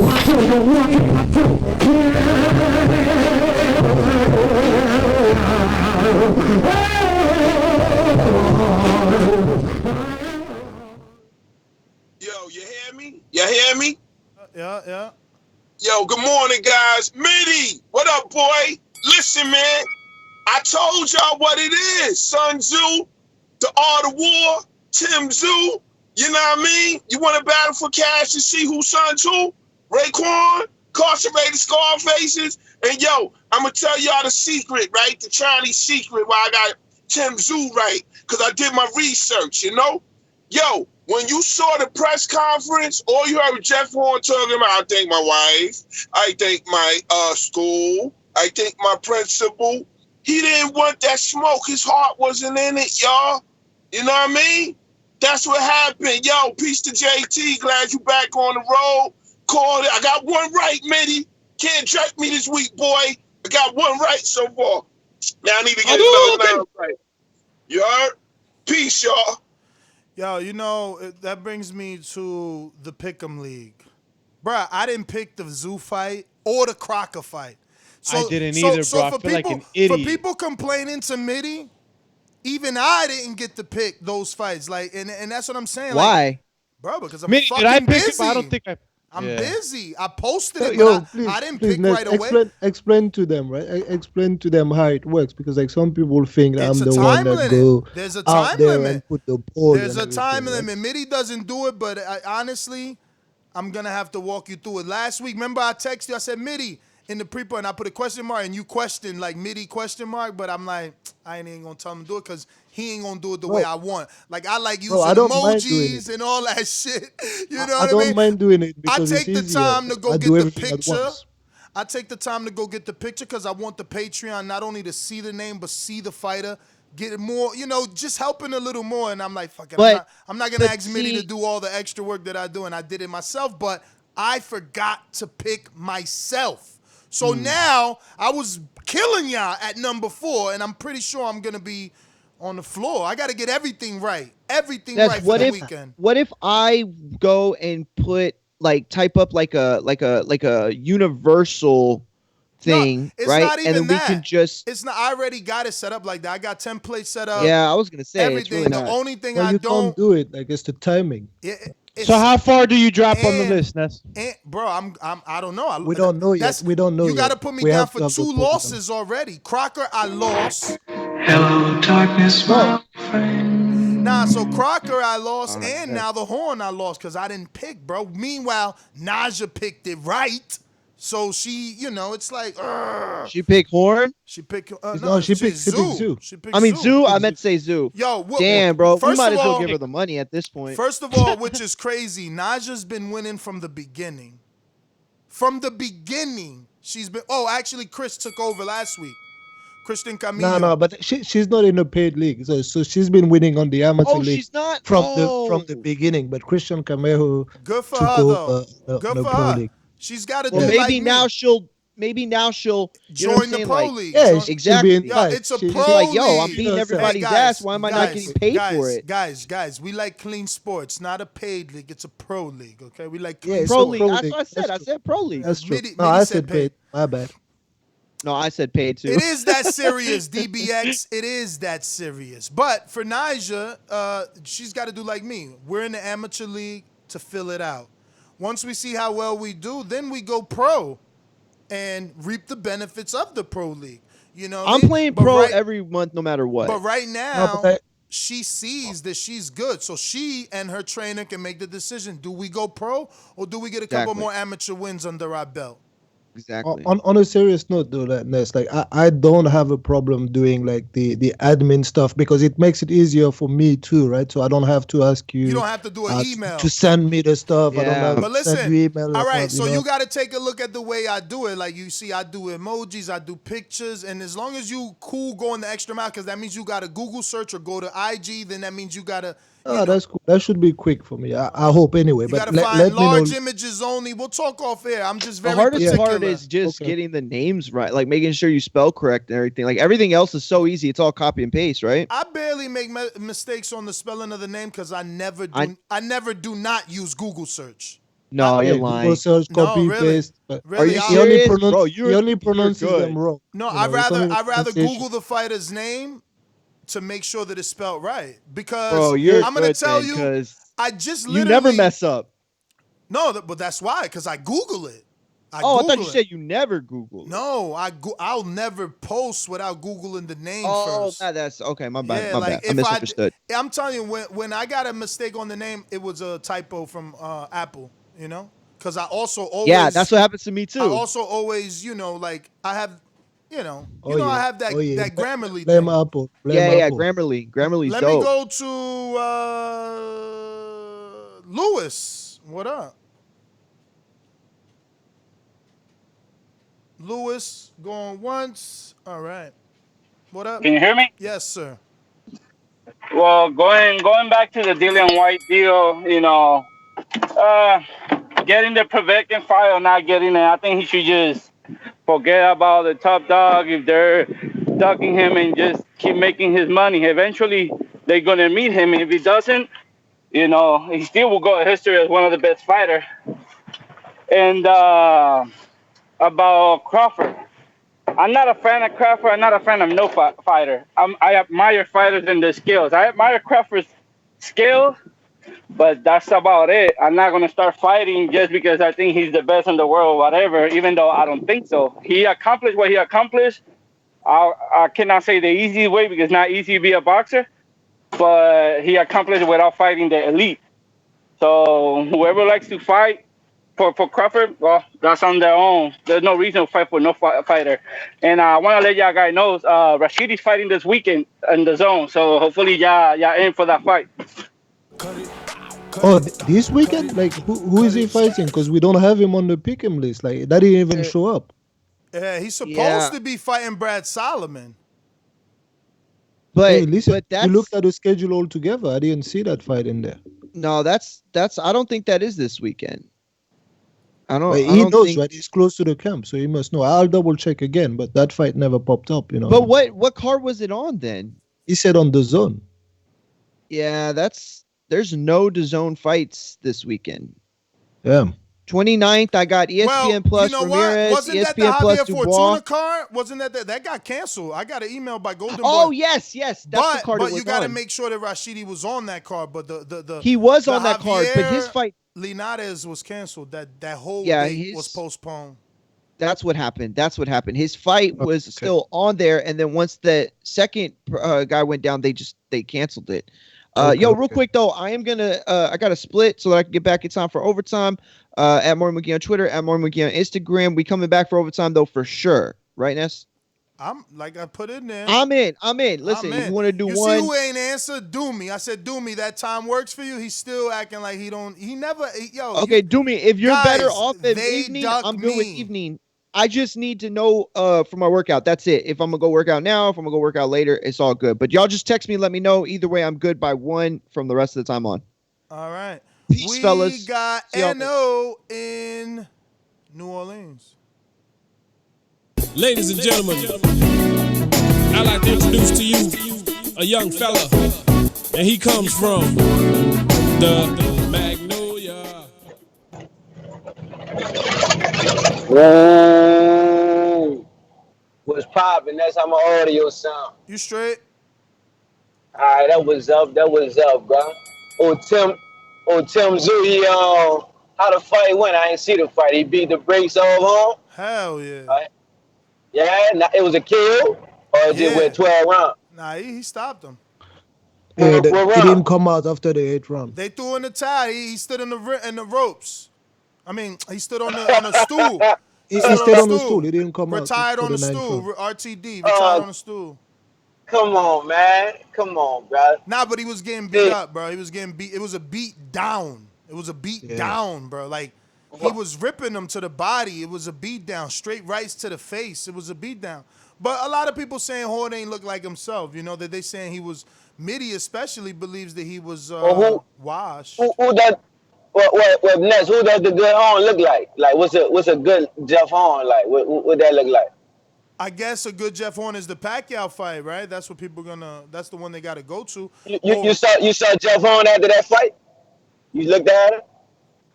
Oh, you mean his face? Yeah. Well, yeah, you know. Oh, his face was a bit. You thought he won that fight when you watched? But he fair skinned, bro. He fair. Anybody light skinned. Look at Keith and Danny when they get in the fight. Sony, what up? Hey, good morning, TBV. Can you hear me? Yes, sir. Hey, yo, shout out to Tszyu. You know, that was another one of my sleeper picks. You know, I'm glad that came through. So shout out to Tszyu on that win. Hey, yo, Ness, your troll job on Crawford, that was one for the books, bro. That was classic.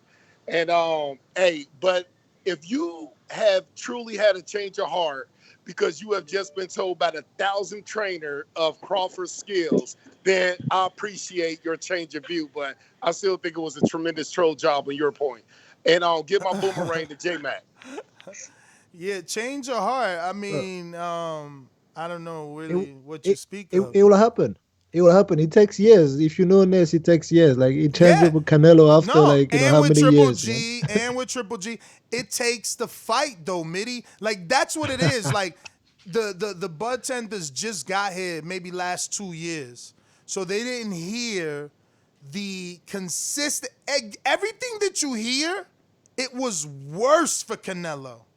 Bro, Worse. even with Dillian White, bro, even with Dillian, man, you're not talking like correct about like Dillian. So that's good, man. Because No, you get into the ring listen, a few listen, times, listen.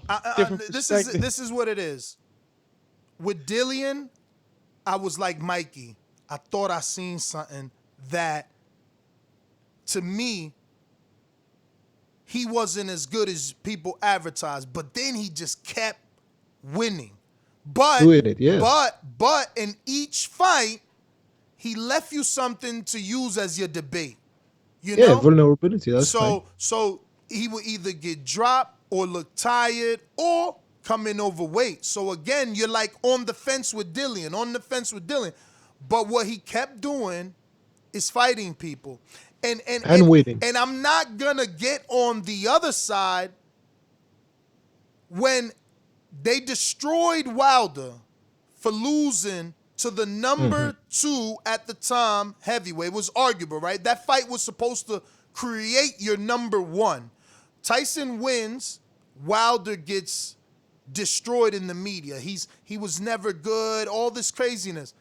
So why am I gonna do that to Dillian, who could have, for the sake of money, finances, financial gain, generational wealth, changing his family's life, he could have fought Pavel Sauer last week. He could have fought Eric Molina last week.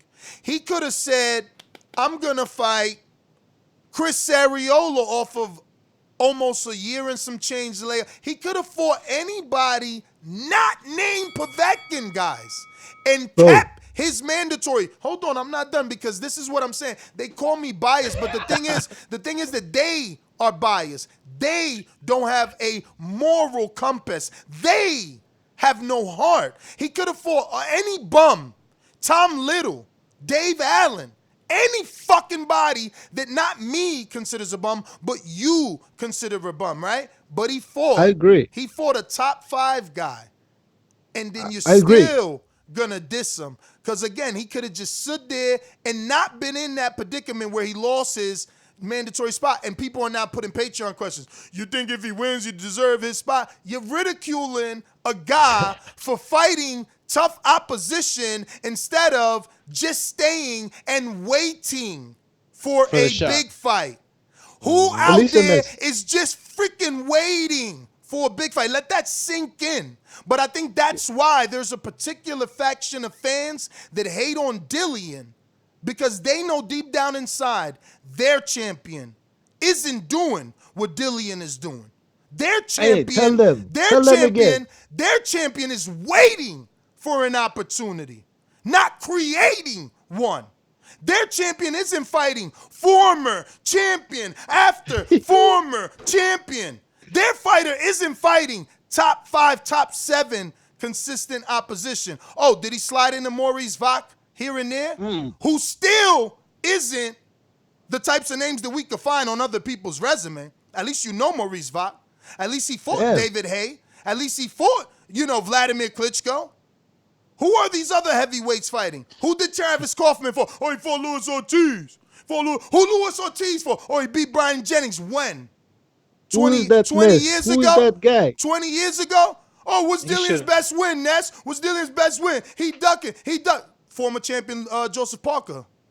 Oh, man, look, you seen him in that fight. He got put down. Didn't he put down too? Didn't he put down with the left hook? It's just this crazy hate out here. It's crazy. Ness, I'm not trying to cut you off because this is like a beautiful rant, man, and you just telling the truth. That's nice. But the only reason why I just wanted to interject is I heard like an interview from Al Siesta, who manages like Luther Clay. And he's saying that he knows the reason why Dillian took such like a risky fight, and he thinks that there's like someone who created that beautiful conspiracy. He says that there's a conspiracy somewhere, and I mean, because it doesn't make sense to anyone. He could have done exactly what you said and not lose his mandatory position, right? But that conspiracy angle is something that I want to hear of. And he said it's definitely not a conspiracy created by Eddie Earn, but there's someone who benefited from that. I don't know what he's talking about, but I heard it in an interview and I was like, interesting. I wanted to talk to you about it, but I'm going to send you a link and see if we can talk to him at some point. Well, let's get him on. I got his number yesterday. When you asked, I got in contact with my UK guy and I got the number. He's great for interviews. I don't know if you've seen some of the others, but over the last week or so, he's done like quite a few good interviews. Very straight shooting, straight talker. So it'll be interesting to have him on for sure.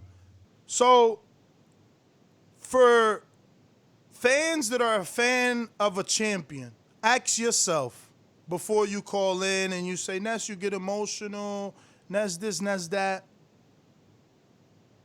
Danny, everybody knows I'm notoriously a fan of Danny. I picked him in upset fights with Khan and Matisse. And again, ask yourself, man, you know, Ness talking all that crap. You crazy. My champion, XYZ, he did everything Ness is saying his champion's done. So then, write this down mentally. Here we go. First thing, is your champion...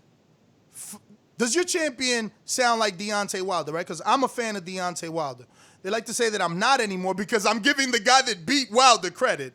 But Deontay Wilder faced Tyson Fury, right? Twice. Luis Ortiz, twice. Dominic Brazil, common opponent with AJ. Okay, we'll stop there. Those are names that we understand and recognize. It's not hard to, we don't need box rec. Okay, let's go on. Thurman, oh, he fought Porter. And he fought Garcia. And who else did he fight? Is that it? Just two people? Oh, Pacquiao. All right. That's another fighter I back. Who else do I back? Jason Rosario. He fought Gallimore. He fought Deloach. He fought Williams. And he's fighting Jermell Charlo. Again, walk with me. Is your champion doing what I'm saying? Okay? Who else? Who else does Ness back here? Oh, shit. He's become a Dillian White fan. He's moving to the UK. Ness is pandering. He's pandering. Okay. Who did Dillian White fight? Brixton Ness. Who did Dillian White fight? Joseph Parker, Alexander Povetkin, Oscar Rivas. Should I go on or could I stop there? Is that enough? Okay, Derek Chisora. Okay. I see a level of consistency. It's undeniable. I see a level of consistency there. But I don't know. I know I've backed other fighters. Please throw a name out there and let's see if my fighter has a bunch of foreign names on his resume that you aren't familiar with. Let's see if my fighter, right, if the fighters he's fought are retired now and not still in the top 10. Just show me that I'm lying. Show me that I'm taking shots at your fighter. No, the real champs are doing what real champs do. It's truly simple. Jermell Charlo, I back him, right? I tell you here that his resume is better than Jamal's. He fought, guys years ago when he was with Golden Boy, he fought guys like Rosado, who I rank. You understand? So it's just like, bro, what is your champion doing? What is the guy that you say is great or that you claim is the best? What is he doing? Jermell Charlo's last 5 fights sound like what? Like something we don't need box rec for. That's just the bottom line. If I need to Google to spell the fighter's name you're facing, there's a problem. Gennady forced us to learn how to not only pronounce but spell his name. So don't give me the bull crap. You know what I mean? Like, there's no bias here. Luis Ortiz was good, but he lost twice. Like, give Luis a fight. My man he's still ranked above Andy Ruiz. Ruiz actually beat He actually beat Joshua, but somehow Lewis is still ranked there. No, I'm biased because I'm telling the truth. I'm telling the truth. Damn. You guys are just fucking haters, bro. We could pick champions. I could pull up any champion. Look at Archer Better Beef. So it won't be, American love, right? He's from Russia. What's his last 3 fights? And how many fights did he do it? And how many fights did he do what he did? But you talking about your champion's great. Okay. All right. What other champion? Look at the names on Bivol's resume. And they're not great names, but they're decent. They're decent names. Just ask yourself, what is the champion doing? People talk about Callum Smith. Let's give you some UK hate. Biggest name, George Groves. He's waiting for an opportunity. He got mad. Canelo made him an offer pre-COVID and thought, but he didn't even want to negotiate. No, champ, you ain't done nothing. You beat one dude. You understand? You want to be that champ like Billy Joe, waiting for an opportunity? Then that's who you are. But even Billy Joe has an okay resume. You understand? Because he started early.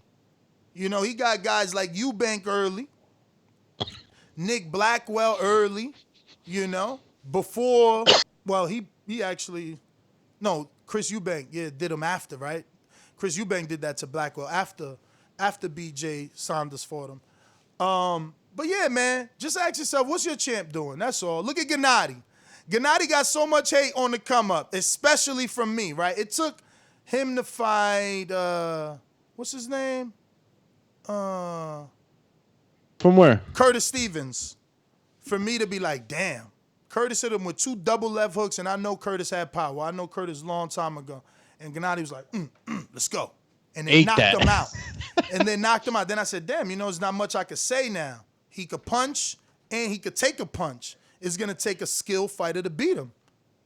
But since Curtis Stevens, Gennady's been fighting the top.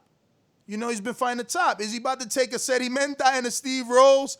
Yeah, but he's also 37, 38 years old. He's doing exactly, what a guy like Horn needs to do if he's not retiring. He needs to go ahead and fight, a good amount of domestic level fighters, get the confidence back, take some time to heal, all that goodness. But let's see here. He said Steve in Chicago. Champ. My town up in K-Town. Hey, Daddy, this a dollar beat. I drink soda, I eat pizza, I hang out with chicks all day. These fighters still can't beat me. They fighting every day, they in the gym every day. Just give me 6 weeks, and I got it. BoxingVoice.com. Yeah, can you hear me? Yep. Yeah, I watched the fight. I watched the fight this morning, and what I saw, I kind of like what Sony was like. I really didn't think that guy was that great. I just think Horn just wasn't there. And I know you're going to give me a spiel about resume, this, that, and the other, and you're not going to like what I'm saying, but did you actually say that you think Jarrett Hurd couldn't fight this guy? I think I heard you say that. Did you really say that? That's not what I said. I said I'm not going to rush Jarrett Hurd because he didn't take it. There's no rush with that guy. Look, I'm going to tell you this. That guy, he's going to be like that guy Congo, stay in your country. He might be able to go to the UK and beat some of those guys over there, but don't say that he can fight with Hurd and Lara and some of these other guys over here, man. Come on, man. Don't do that, man. I mean, the guy is decent, but he...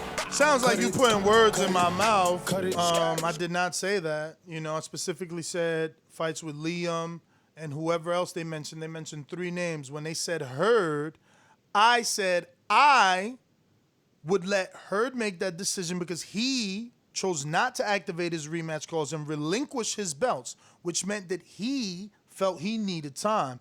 Then he switched trainers. He's only had 1 fight with his trainer. So it's not up to me to be like, yeah, Hurd and Tszyu next, when Hurd hasn't told us, is he ready? Is he comfortable with his new trainer? Isn't Andy, get in a fight with his new trainer and nobody's expecting it to be Dillian White? They offered him $5-point-something million. Remember that? Remember Dillian sent them $5 million and Eddie put the email out and we all gave Andy a pass because it's his first fight off for loss with a new trainer? That's exactly what I'm doing with her. But again, you guys are the one that's biased. Why did he have to bring Chris Congo in that conversation anyway? I think that's his new favorite fighter. I didn't even hear Congo. Listen, dude, now he's saying, Tszyu could only beat guys in his area or maybe some UK fights, so he can't beat Americans. Nah, that's not what I saw last night. He can't beat Americans is what Steve is trying to say. Yo, Steve is funny as hell, man. I hear you, yo. Listen, I get Steve. Sometimes we as Americans are forced into this position, especially on this platform, to stand by a guy because the UK are so overly, like you guys pump your guys up. So I feel like American fans are now forced to like pump their guys up, but like we don't need to do the same thing. We supposed to pick off of skill and resume, not hype and tickets. That's two different things. See, UK is like, but he sells 90,000. We don't care about that. Yo, Mickey's on here saying that Tszyu targeting Patrick Teixeira. Mickey Caparelli. Teixeira, the 54 champ, see? Yeah. Tell Mickey thanks for the bad tip. I even hit him up this morning. Like, Mickey's from Australia. He's he works with Fox in Australia, and he had been our UK Australian correspondent. So I hit him up. And I'm like, bro, because he actually seen Tszyu, and been to the fights. I'm like, and he's like, yo, Horn by decision. And I didn't bet, man. That Horn money was looking good. I didn't put it on it. I'm just like, even though I picked Horn to win, I wasn't sure because it was so much coming up. Late minute, judges, scandal, all type of, I'm just like, I'm going to stay away from it. All type of little factors in there. Crazy. Stone Bone, talk to us. That was a little treat, man. When you up at 5 a.m. praying and then you go look at some boxing, that was a little treat. He got good size, man. He got some decent power. See, he fought on ESPN Plus. If he want to target Teixeira, he might as well call Bob and say, hey, Adamas, we can give you $1 million. It's a lot of guys who will probably go fight him because they can do 16,000 people. You can't do no crowd over here. So that's more enticing, too. He could probably put a little more money on the table than some of these guys can offer right now with no crowd. So that's a good one. Ness, I need like 15 extra seconds because I just want to go along with that game you was playing real quick. Let's do it. Let's do it. All right, we're gonna see if guys are retired. I'm at 135 right now. The top 15. Who we got up? Who we pulling up? 130. We doing Bud Crawford. I'm going at one. I'm listening. We doing your. Listen to me, and then you'll know where I'm going. No, I just want to pull up. You saying pull up box rack? Yeah, I'm on box rack. Yeah, all you right. can pull up box. Go to 135 today, like just the current 135 rankings. For box rack. Yes. So you want me to click on World? Yep, World. Oh, but I need a 35 pounder to get there. No, you don't. You can pick on just click beside the ratings. It'll let you pull up just the ratings for the division. Where it say pound for pound, click on that button. So wait, you on the main page then? Yes, I'm on the main page. Pound for pound. All right, and then what? And then click on 135. It'll give you. Click on lightweight. Oh, here we go. Vasil Lomachenko weight. It'll give you the list. It'll give you the list of Yep. the current 135s. We You there? I think so. Yeah, Vasil is number 1. All right. Teofimo 2, right? Yep. Okay, so in the top 15, I still see Ricky Burns and Gamboa. Two of Crawford's wastelands still fighting. Okay. Right? All right. Now let me say something. All Hold right? on. Let's go. Hold on. Let's keep moving. No, because listen, then I'll forget. You said they retired, Ness. Let's just keep going. You can debate me at the end. Oh, because no. I just want to present these I didn't facts. say they retired. I didn't say they retired. You said they done. They not fight. Some of them, Ricky Burns became a champion again, but that's beside the point. Let's go to the next 140. But wait. So that we don't have to come back and be like, oh, what name you said? Let's do it division by division. So okay. I just want to be clear. You mentioned Gamboa, number 13, and who else? Ricky Burns, number 11. And do you think either of these two men would be world champion again? Ricky Burns was a world champion again after he fought Bud. Okay. And do you think either of these men would be world champion again? Again, he was once after he fought Bud. I don't think. And I accept that. I accept that. No, I would say no. Gamboa. All right. Now, second question. Gamboa's best listen. chance was that This will be the same question for every division as you go to them. So I'm only going to stick to two questions. Now, you answered that one. The second one is, do you think these men, not that they'll get a title shot, but they will be able to get top 5 like AJ, like Fury, AJ, Wilder, Povetkin, whoever's number 5. You understand what I'm saying? That's what I mean by that. You mean will they become that, or will they get the fight against that person? No, will they be able to get there? Okay, legitimately cool. in your mind as a boxing fan. Cool, I agree with you on that. Okay, so where are we going next? 140? 140. Yeah. How do I just go back, right? You want me to go back? Then I click. No, you don't even got to go back. Just go right up above, back to that tab. To welter, right? Huh? Nah, because they don't. Where's where? You just click the tab and then change it to super light. And super. No, they had it in a different position. Okay, we had Josh Taylor, number 1. Talk to us. All right. Well, the only guy that I see now is Victor Postol, right? Okay. Yep. And he fighting for a title. Unified champion. A title. Yep. Did he earn it? Did he earn it? 2 titles. Did he earn it? Yes, he did. That's a different He fought an eliminator against Kim Moon. That's a different question. All right. That's a different question. All right. So again, same questions. If you win that fight, listen. Win that fight, same. number 3, check it out. Same fight, question. Number 3 at 140, right? No, he about to be a champ if he win that fight. So listen, Unified champ. Same question though. Do you think? And you only found one name. Do you think this guy will be world champion again? If he beat Jose, ain't no if. Are you picking him to beat Jose? Ain't no if. Man. Ain't no if. We doing the same thing we did at 135. Right. Do you think that fight is a 55-45. It's closer than, especially if Robert don't get to be in the corner because he tested positive, then negative for COVID. It's a lot of things going on. Perfect. We just want your pick, champ. Right. I'm leaning towards Jose because I want that fight for Bud. Thank you. All right. You want me to go to welter now, right? Or where we going? Go to welter. All right, welter. Back. Excuse me. Welter. Let's go. We at Crawford is number 2, Earl 1. All right. Well, and here you got one of your favorites, Thomas Delorme at 19. Aegis at 16. So not top Amir 15. At 12. Amir. You there? Yep, that's it right there. Those All right. 3, huh? All right. So here's what I'm gonna do so you can see there's no bias. Now is my turn. I'm not even gonna ask you, do you think those guys will be champs? Because you know the answer is no. Right. And they're not gonna be top 5. Well, Cav Velasquez, I ain't gonna front. He earned my respect. So hopefully, that division is heavy, man. I got BoxRec showing. Let me see. Give me a quick, honest answer. Who is the better fighter right now? Well, I would favor Cav Velasquez because of the youth.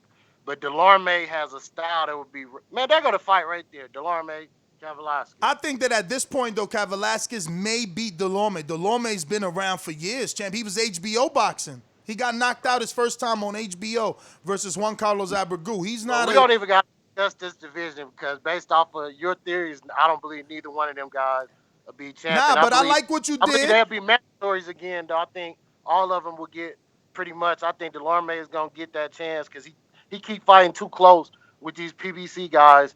He might pull up an upset, but as far as him being the top 5 guy in the division, no.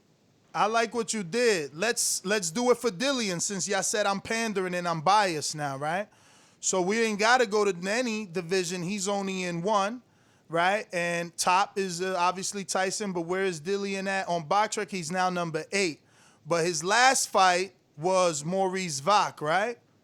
Where is Maurice Vac? Ooh, where are you? Did I pass him? Oh, there you go. 45.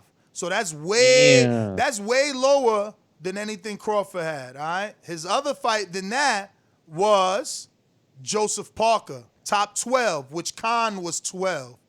His other fight was Oscar Rivas, which puts him above Crawford, right? Oh, shit. Oscar's 13. That's bullshit. Yo, he's ranked higher in the WBC, but okay. Damn. Okay, Dillian White, Oscar's 13. So still nothing really much better previous opponent than Crawford. Who else did the Dillian face? He faced, let's click. We got to remember. It's hard to remember. Let's see.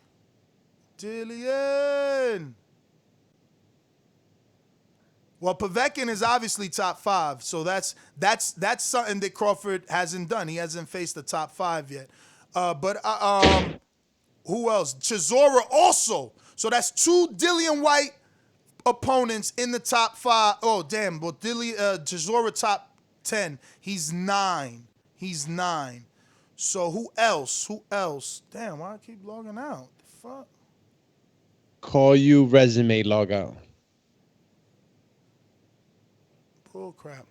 So Dillian, who else do we got on that resume?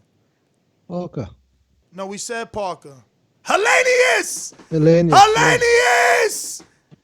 Oh, damn it. He's 15, but that's still good. Because you said Khan. He said Khan. He said, and Delorme was low. And then he said Postal, who was also low, but in a championship fight. But low. So Hellenius is good. So Dillian, and here's the thing, Mitty. Here's the difference, right? We're comparing Dillian non-champion to Crawford champion, and Dillian has more top 15 fighters actively in the division than Crawford. See that? And he ain't even been a champion. And not only that, he's fought 2 top 5 opponents. You understand? Universal top 5. Not, he was top 5 in the WBO that fucking lives in Crawford's pocket or Top Rank's pocket. No, universal top 5, right? That was Joseph Parker at the time that he fought him. And then universal top 5. Ooh, Alexander wasn't. He's top 5 now. He was like an 8 or something, right? He was like an 8. Damn. So Joseph Parker, and I don't think when he fought AJ, he wasn't considered a universal top 5 either. He was a prospect. Yeah, it was both early on, very early on. Right? Let me click Dillian again just to double check. Who else? Damn, that's fucked up. He don't get that credit for the Povetkin fight only now. Like, Povetkin's top 5 because of him. Yeah. No, but the problem with your game is that you don't take into consideration. But you gotta take into consideration. Right? You gotta take into consideration that AJ is top 5 and he's on Dillian's resume. Regardless of when Dillian fought AJ, the dude that beat Dillian has gone on to be unified. So again, Dillian has shown you I'm fighting tougher opposition than Terrence Crawford, respectively in his division. That's just the game. That's how it goes. You know, there's no Alexander Povetkin on Terrence Crawford's resume. There's no Anthony Joshua on Terrence Crawford's resume. Where's Joseph Parker on his resume? You know? There's none of those guys. That's all I'm saying. And I won. Stonebone, I'm going to grant you a boomerang. I think somebody probably gave you one, but I want to see what you say about that. Where are the Povetkins, the Joseph Parkers, and the AJs at? Where's the current unified champ at right now that Crawford fought? None. And I get you. You're going to say, well, he ain't lose yet. Dillian lost. I get you. But he's fighting top 5 opposition. Oh yeah, it's good, but the heavyweight division has been so controlled by Wilder, Fury, and AJ. There ain't no belts out there for him to grab. He would have had an opportunity to grab one if AJ didn't have three, So of course Bud had an opportunity to fight some different guys and become champion. But listen, I would say Delorme is probably, of all the guys, he's shown the most to continue. Even look, like we said, Jeff Horn was 5. You said so. Even no matter what you thought about him, he went and knocked out Modine. Like you said, he had a back-to-back with the stripper. He went like Drake back-to-back stripper. So, you know what I mean? And he just got beat by Tszyu. So maybe Tszyu should call Bob, get him Adamas would take $1 million at 1.5, go over there. I think that'd be a competitive fight. Adamas might be able to do some things that he don't have the athleticism. Bruh, why would they give Adamas 1.5 to go to Australia off a loss to Tszyu? He brings nothing. They want that Tszyu gonna make him famous in Australia by giving him the fight. Like, he would have to take way less than that. I'm just saying. That's crazy. What type of money? What, like $1 million? Just think about it this way. People actually were mad at Teofimo for not accepting 1.2 versus a unified champion, and he had a belt. You saying that Adamas deserves 1.5 just to travel? But listen, though, it's COVID. He gonna probably get $750,000 wherever he fight with Top Rank at. They gonna want double for him to travel overseas. But real quick, you think Carlos? The best fight is Carlos Adames getting? I don't know. I'm not questioning you, champ. I'm asking you. Is Carlos Adames making $750,000? He was up. Well, he lost the fight. He was up for that, but he lost the fight, so he probably backed down to about $300,000. Now he should have won that fight. Hey, the fight Tszyu should go after? The guy that you don't want Bud to fight. That'd be the perfect fight for him. Go after Kell Brook. Hey, Kell Brook will probably take some money to come. They'll pay him. That's a big fight for Kell Brook because Kell Brook brings UK fight. Yeah, he brings UK pay-per-view, and then they can do so Australian pay-per-view, right? Like if Tszyu comes to the UK for that fight, it'll be Sky pay-per-view and Australian pay-per-view plus the zone. UK can't do no crowd. Plus the zone. Oh, you right. Zuke so that means Brook got to go over there. 16,000 people. Wow. What can you bring? Yes. I got 16,000 people. And pay-per-view. You right, Stone and Bone. Pay-per-view. Yeah. I'll catch you later, bro. I'll catch you on after overtime. All right. No, Mitty, you right. I know it's a bigger fight in the UK, but without a crowd, he's right. Yeah, but I mean, like, and that's like a name that I brought up, right? The guys that are over the hill, those are the guys that he needs to go out for. They've got a name. They've got a name that you can capitalize on. Like, so Trout, Brooks, those are guys that he needs to go after. Just, get some more experience. Listen, the Brook fight is the perfect fight because of the pay-per-view. Trout won't bring pay-per-view. He won't bring pay-per-view. It won't, but it's like, it's not necessarily all the time about like a pay-per-view and the money. It's a long term. You want those names on your resume, and you also want the experience that they'll bring out. What do you want? Do you want like a quick UK pay-per-view right now, or do you want a name that the US will recognize? If you're going down like the route of fighting someone who's recognized in the US, you want a US name at the same time. Yeah, but Brook is known over here. I think Brook is known over here. Maybe Maybe he's not known to the casual fan as much as an American boxer, that has an equally big name like Brook. But I think he's known enough that if Costas gets that fandom, that's it. He on the show listening right now. He gets that fandom. But listen, I just think that the name Shinobi. Intrigue the Incredible, real quick. Super chat. Ness, stop digging through the trash. Trash emoji. Hashtag Bud Welterweight resume. Ooh. Now, I mean, look. Yo, listen. Stonebone did decent.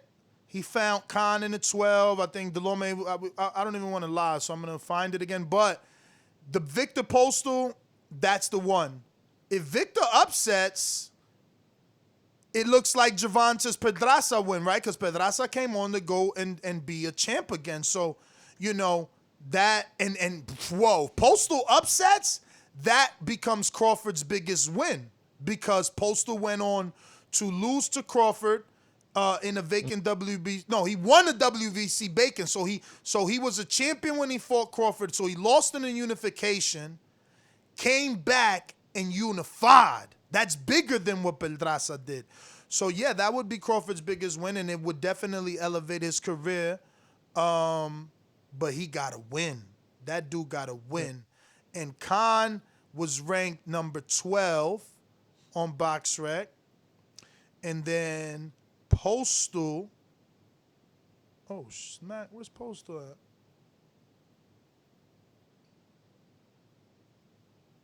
Oh, is the Postal? Nah, is the Postal's low. He stood at 140. So I'm looking for him and he's not here. And then you got Cav Velasquez is 16. And that's it, I think, right? That's the last one. Yeah. In terms of welterweight opponent, because Horn is no longer ranked there either. So, yeah, I mean that would work. That would work if he could get that win. J Mac, are you still here? Yes, sir. Boomerang.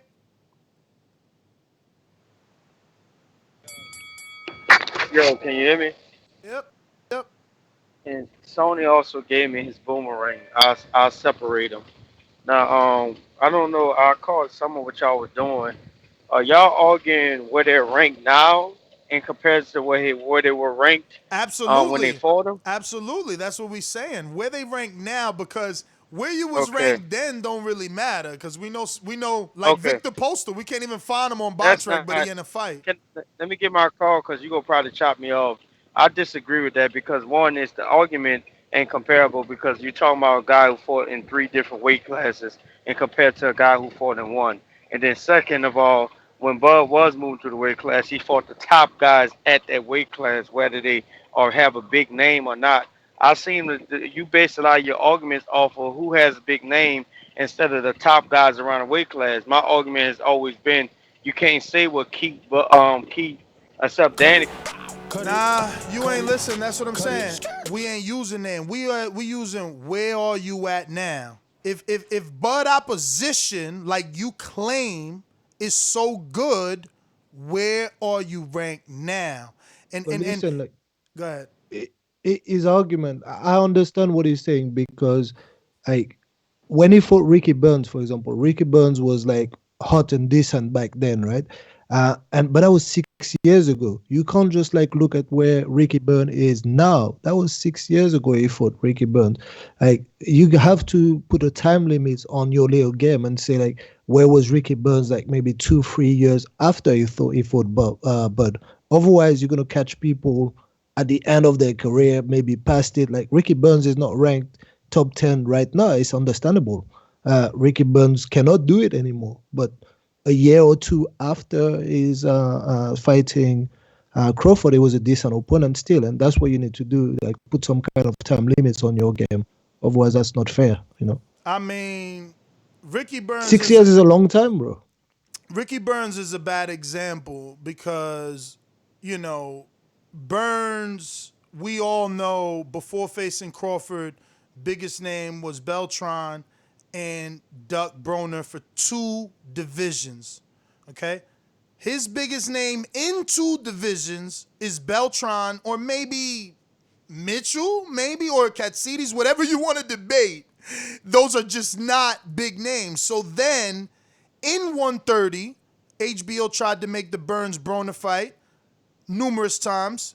It didn't happen. Burns said he had to move up. Broner chased him to 135. Burns didn't do it. Crawford eventually got that fight. Top Rank must have offered them, more money. And I give Crawford all the credit in the world because he did what Bradley did and Earl did and Paulie. He went on the road to another country and won that title. But we all know that Burns ducked Broner for 2 divisions, and that fight would have never happened because it wasn't like they were going to fight Broner. At 35, Broner was king. Let's just be real. So you can No, act it's not like about the Ricky name, Burns. though. It's No, not no, about the because name. It's about the if he logic. wants to call in and say, "Oh, it's when he fought him," he wasn't the real champ. When he fought him, Broner was the real champ. When he fought him, he was ducking Broner. Okay, if you wanted to I be understand you. somebody, you had to fight Broner. That's all I'm saying. Yeah, I get it, but that's not my argument. I'm just saying, like, you have to look at that logic, whether you want to do it with Burns or anyone else. Like, you have to understand that, there's like a time period where people move through the ranking and through like their career is like different. Like, so you look at me like 6 years ago versus now, there was going to be a point where you're going to fall off, right? So, and you're not going to be that like fresh fighter that is going to be a number 5 and everything. So you have to put some kind of time limit on your little game. That's what I'm trying to say. Whether you want to pick Burns or anyone else, that's what you need to do. Just put some time limit on it. We got some super chats. We're gonna go ahead and go to the first one. My good friend, boxing expert, says, "Call him Bud the Bandit Raccoon Crawfish." And the next one goes to Coach Myers. Says, "Ness, let's keep it 100. Bud never called out a top 5 welterweight besides Pac-Man. He said no to Porter, no to Thurman, and doesn't mention Danny Garcia." I mean, they mentioned Danny when they sent him a $3 million flat offer, and that's the only time he mentions Danny is to say that Danny didn't take the offer. Yeah. Oh! Boxing expert says, "Ness, Broner was 154 fighting at 135. Laughing my ass off." Yeah, but let's go to timeline. Ricky Burns, right? 2013, Jose A. Gonzalez, which was a Puerto Rican, and you remember that fight. Oh, my God, yo. He was giving Burns the business. I think he got injured, though. Remember, Mitty? Do you remember that fight? No? No, I don't. Like, if I'm honest, no. I don't remember. Yeah. He got injured. I believe this kid is Puerto Rican. Let me see. Exactly. Ness is a beast. He got injured, but Ricky beat him up bad. But I think he either got injured or Ricky just beat him to the body. So it doesn't even matter. But that being said, that's who Ricky Burns fought in 2013 at 135. And then he fought Beltran at 135. And then in 2014 is when he fought Crawford at 135, right? Now let's go And back. by the way, he got the draw against Beltran. He should have got the loss. That's for sure. Let's go back, right? Other 35 notable fights, Kevin Mitchell and Michael Kaxides. Bro, Kevin Mitchell is a good win. Yeah, I said other notable wins. I said notable. That means good, bro. Yo, so 130, biggest name at 130, Roman Martinez. Puerto Rican Roman Martinez, biggest name. All right? And at least Roman, let me make sure this is Roman Rocky. Yup. At least that kid went on to be a world champ. So credit Ricky Burns. And he fought Loma, right? No, Roman Martinez. He lost to Loma and he lost to Mikey. And I think he lost to Salido without looking. I don't want to waste time. That being said, now we got the timeline. That's his biggest win. That win came in 2010 at 30. All right? We ain't going that far back because Broner wasn't popping then. We go to Broner. We're going to go to 13, which is when Ricky was fighting, right? In 2013, right, Broner had fought Gavin Reese, which was supposed to be the entry to the Ricky Burns fight. Gavin Reese was signed to Matchroom, and so was Ricky Burns. So allegedly, Eddie was feeding Gavin to build it up. Broner beat the hell out of Gavin. Again, Ricky ducked. So Broner's next fight in 2013 was to move up 2 divisions to face Paulie. Now, going back, right, to when Ricky was the man, at 130, right? In 2011, Ricky fought Joseph Ladiez and Nicky Cook. Nobodies. Broner, don't know who that is. Broner fought in 2011 at 130, Jason Litzau, Ponce de Leon. Somebodies. Ponce de Leon. He shit the bed with Ponce, and I believe I had him down, losing the fight by 2 rounds. But came back on HBO and knocked out Litzau, whose biggest win at the time was Jeff Mayweather fighter, champion, what? you gloss over things like that. You call people nobodies when you don't know them. Like Nikki Byrne, like Nikki Cook is a decent fighter. Did he A become a decent world champ? fighter. That he fought at world level. He beat Alex Arthur for WBO super featherweight title. He lost to Roman Martinez also, so he fought on the world level. Like you just like try to slide things in like that. No. People don't know. That's cool. Okay, but listen. He was a world champion. And he was a world champion? He was a world champion. A Just go and real check world 2000 champion. A real world champion. Nikki 2008 Cook. beating Alex Arthur. Wait, Nikki Cook was a real world champion? Nikki Cook was a real world champion. Where versus who? In boxing against Alex Arthur. Who's Alex Arthur, bro? Hey, just say that I don't know, but just don't say that he I'm was a world asking champion. you. I just said who's Alex Arthur. Is That another is a boxer that question. challenged for a world title. You don't get handed world title for no reason. So wait, so it was a vacant or Alex No, had the belt? He wasn't a vacant. Like he wasn't a vacant. Like Nikki took it before. So he was the champion. He won actually no, I think he lost for a vacant belt before. So Alex Arthur must have been a champion back then. Stupendous.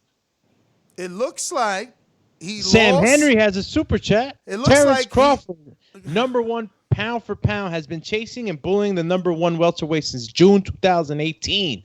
When will Earl Spence stand up for himself? June 2018. Wow. All right, let's see how true that is. Let's see. We're gonna go to Earl Spence. Are you calling Earl Spence the number one welterweight? Right? That's what BoxRec says. So boxing expert comes back and says Sammy apparently hasn't been listening. 3 laughing emojis. All right. So let me see here. Let's go back to Terrence. This is a long one. I love it though. I'm not mad. Doomy, you gotta go. If y'all gotta go, we can end it. I think we got maybe one or two. Yeah, we got one or two boomerangs 10 minutes that I gotta maximum. get to. One or All two right. boomerangs, and then we're good. In 2018, Crawford fought champ for the first time in his first fight at welterweight, Jeff Horn and Jose Benavidez. And Earl fought non-champ because he was already a champ, so he defended his belt versus former champ Lamont Peterson, and then he defended his mandatory in 18 versus Ocampos. So pretty similar, except that Crawford had to become champ when Earl was defending, making his first title defense. So I guess if Crawford wanted to call him out as a 140-pound undisputed champ and say, I want to fight Earl for his IBF, then that would have been a dub. But that ain't what happened, right? What happened was he petitioned to the WBO to fight for the WBO welterweight title, okay? So then Crawford won that belt, and in October, he fought Jose, non-mandatory defense is a voluntary, and Earl in June faced his mandatory, so which means when Crawford chose to fight Jose one-leg Benavidez, he could have tried to make that fight then, right? Because Earl wasn't busy. But there is an argument that if someone says, well, they sent them an offer, and Earl might have said no, because first quarter of the next year is when he did his pay-per-view with Mikey. So, I don't really know when he ducked him, because after Mikey, he became a pay-per-view star. Then he did another pay-per-view with, arguably Universal number 3, top 3 welterweight, Sean Porter, and now he's fighting Danny. It's hard to find where he's ducking him. I mean, 2019 he fought Mikey and Porter. 2019 Crawford fought Amir Khan and Kavalaskas.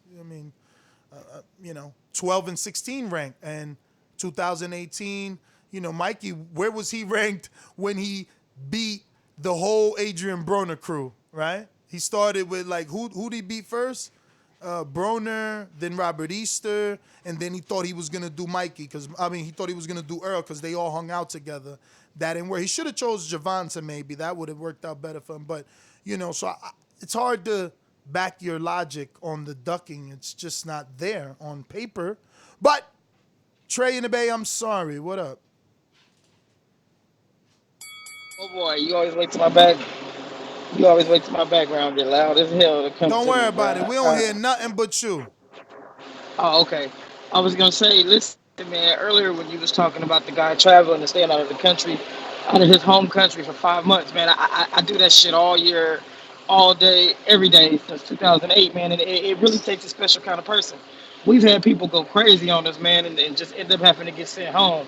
You know, and I'm not joining this bud conversation with y'all, bro. Yeah, Nish, you went all over the place with that shit, bro. You also, Hey, what happened? I hope the bud tenders don't bite on this, man. That's catfishing y'all, bro. And good interviews, man. Everybody hit the like button. That's my call. My background is really about to go insane. So give my boomerang to Stonebone Left. Give it to J-Mac. All right. Damn, so that's 2 for J-Mac again. Back to 2, J-Mac. Nah, y'all think it's me, but the issue is it is the bud tenders. What happened was they came on with different energy because Horn didn't win. If Horn would have won, believe me, they would have been like, yo, told y'all, yo, Keith Thurman wanted to fight Horn. Look, yo, but Horn didn't win. He looks like he probably needs to retire or take at least 3 to 4 domestic level, Australian fights. You know what I mean? So they got in their feelings. It's not us. Believe me, it's not us. It's them. They wish Horn would have done better. That's all. I think we got Majid. We never went to you, right?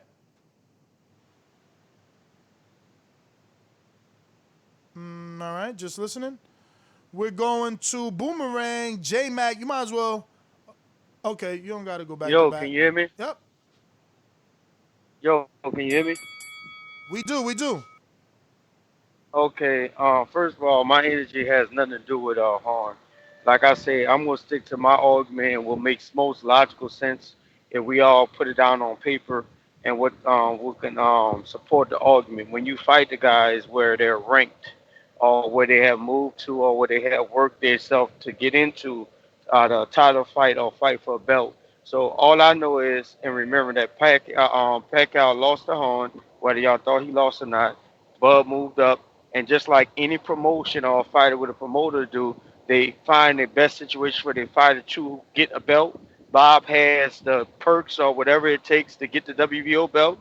He put his pride in position to get the belt, and he beat the guy that just beat the Pacquiao that just beat Keith Thurman. So all this timeline going back 6 years, where they at now, that is a bogus ass argument. I want my calls separate, so I should be done on my first one, right? Cut it. Yeah. I mean, bogus argument to you because you don't care about the caliber of fighter. That's the purpose of going back. But Mitty, if you want to close out, I know you got to go. It's all good. I got this. Yeah, cool. So yeah, I'm gonna go. So yeah, thanks for the show. That was good to have Xavier there, and yeah, like good show. You can find me on Instagram, Coach Mitty. All right, thanks. All right. Look at Mitty finally giving out that IG. He usually never says that. He's like, you can find me right here on Thursdays. Yeah, all right here on Thursdays and Sundays. It's all good, champ. It's all good. We need you. See, look, I didn't know Nikki Cook was a champ.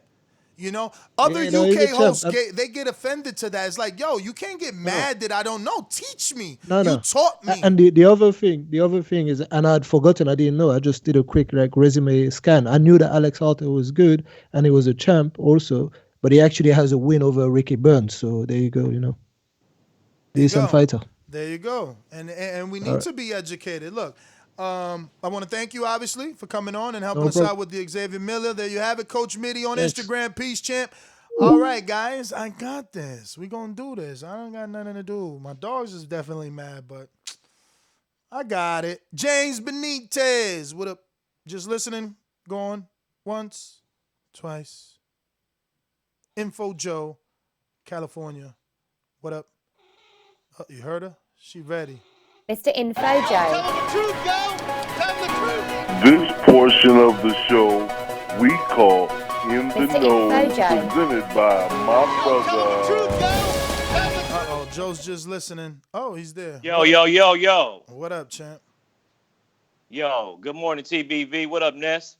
Chillin'. Yo, man, I did my film study. Shout out to Tszyu, man. I did my film study, man. I seen that he had a cool skill set, but he was fighting all domestic level fighters, man. So I had to go with Horn, man. Yeah, but I did the same thing, bro.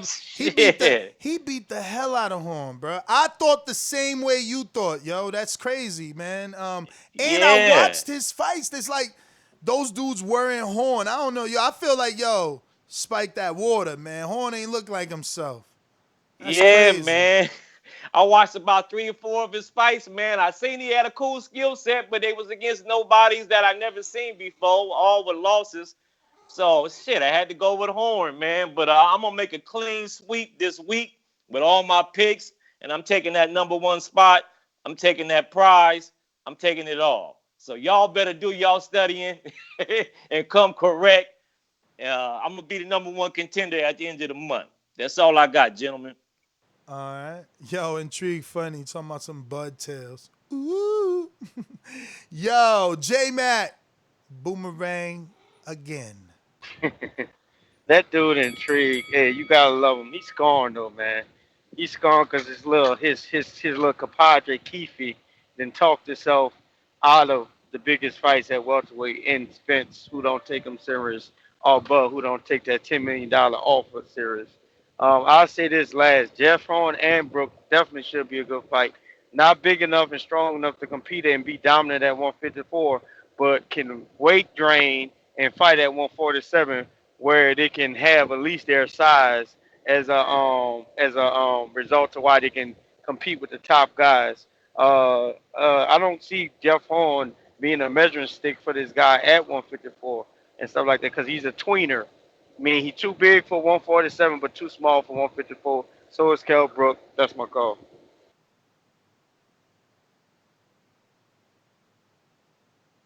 All right, J-Mac, man. Thanks for calling in. Let me do the once over here. Once over, looking like everybody.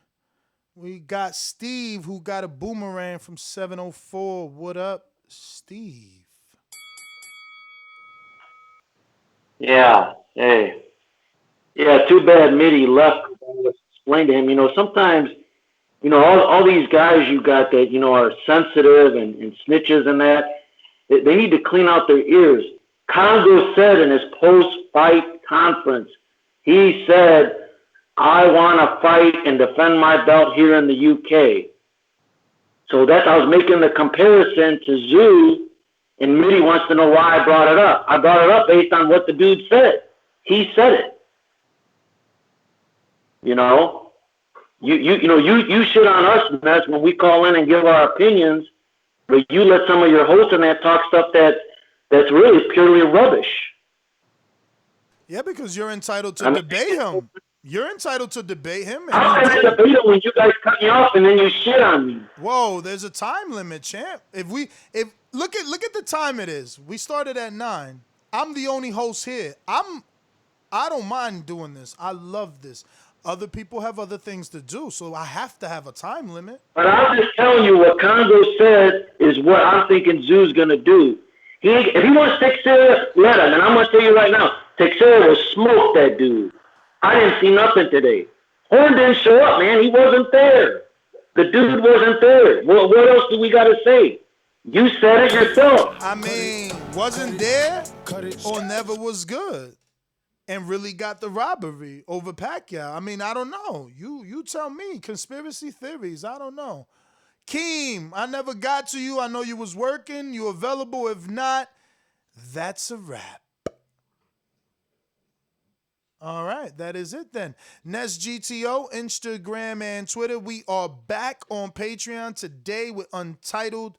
Not Untitled, but Overtime. So definitely make sure you catch that notification, all right? Let me see. There is a tentative time scheduled of 1 with Mario, but I never seen Doomy, and you see me put him on the spot. Oh, he's in the chat, y'all. He in the chat, but he ain't on the show. But tell him, he never agreed to one. I'm available, always talking boxing, trying to grow. So you know I'm trying to grow. So tell your friend to tell a friend to subscribe. Grab your girl's phone and subscribe. Why? Because numbers is power. And we need that power to continue to get that interview. Look, we got one step closer to Dillian White. We got his trainer. You understand? We're little by little, we will get the guys that you want on the show. And if not, we'll get the guys that we can get on the show. But we need growth. And we can't get that alone. You know, we need you guys to obviously help us with that by sharing the show on your forms of social media, whether that be Facebook, Instagram, Twitter, whatever that may be. I'm going to go ahead and actually, before I roll out,